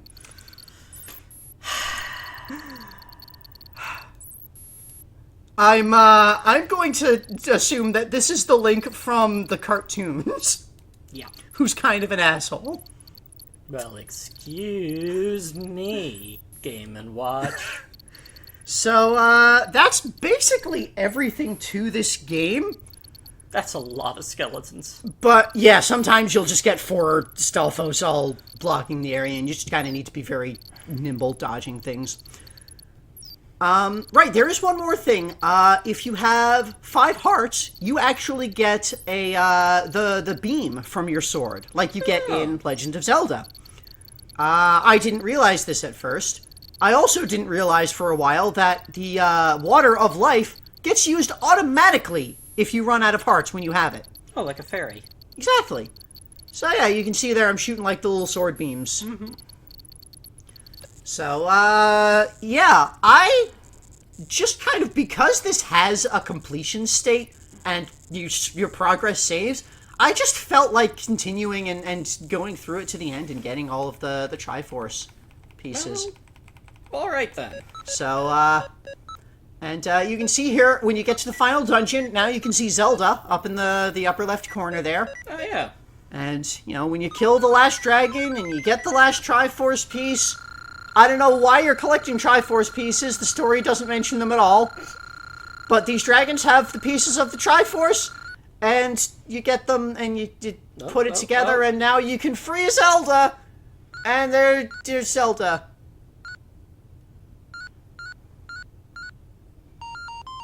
And you get a little victory tune. You know, the Zelda victory tune. That we all know and love. And then because it's a Game & Watch game, it starts back over from the beginning. Yeah, okay. So, that's Zelda. And Zelda. that's it. That's it for Game & Watch Gallery 4. This is the only Zelda game we'll ever play. So, yeah, we are done with Game & Watch Gallery 4, which also means we are done with 2002. Oh, yay! There were only 4 games in 2002. It feels like it's been... They were all long. Yeah. Yeah, 02 had half as many games as 01, but it took longer. Because they were all big games. So, yeah, that's... I've already said I really liked Game & Watch Gallery 4. It was a very pleasant surprise. This is the last Game & Watch Gallery game. At least, I think this was the last one they ever made. It's definitely the last one that has, like, modern versions with Mario characters. Right. So, we're not going to see Game & Watch ever again, as far as I'm aware. Well, that's kind of sad. It is. Also, there's a demo mode. Yeah, if you hang on the title screen for long enough, you get a demo mode where it shows very hard for things. For each of the modern? It has this for each of the games that start unlocked for the modern modes. Okay. We'll But, be watching them as we talk. yeah, just have this running on as we give our little outro. So I love the Game & Watch games because they always give us such good... Yeah, they were really good additions to the Mario canon. All such Yeah. weird things to talk about. So yeah, it's a little bit melancholy to be done with them, but I'm sure they'll be... that DK's making. Oh yeah, look at that! He is angry! He is ready for war. He is plotting. He knows he's gonna burn this circus town. Maybe that's what this is. This circus is a show that Mario was putting on for the delegates before the conference started. Wario's not... He's not sure about this at all. Yeah. He's like, I'm an immortal imp and I'm afraid of what DK's gonna do here. Alright. So yeah, everyone, thanks for being here, thanks for watching, and in particular, thank you very much to our patrons, Chug Iron and Chris T. You were the ones who brought us this game. Once again, this game was paid for by patron funds. So thank you very much to our patrons. Supporting the series gets you early access to all of our videos by supporting the series, and also it can help us. It might help us be able to do some more things, do things faster. Maybe we do all the Zeldas someday. Someday.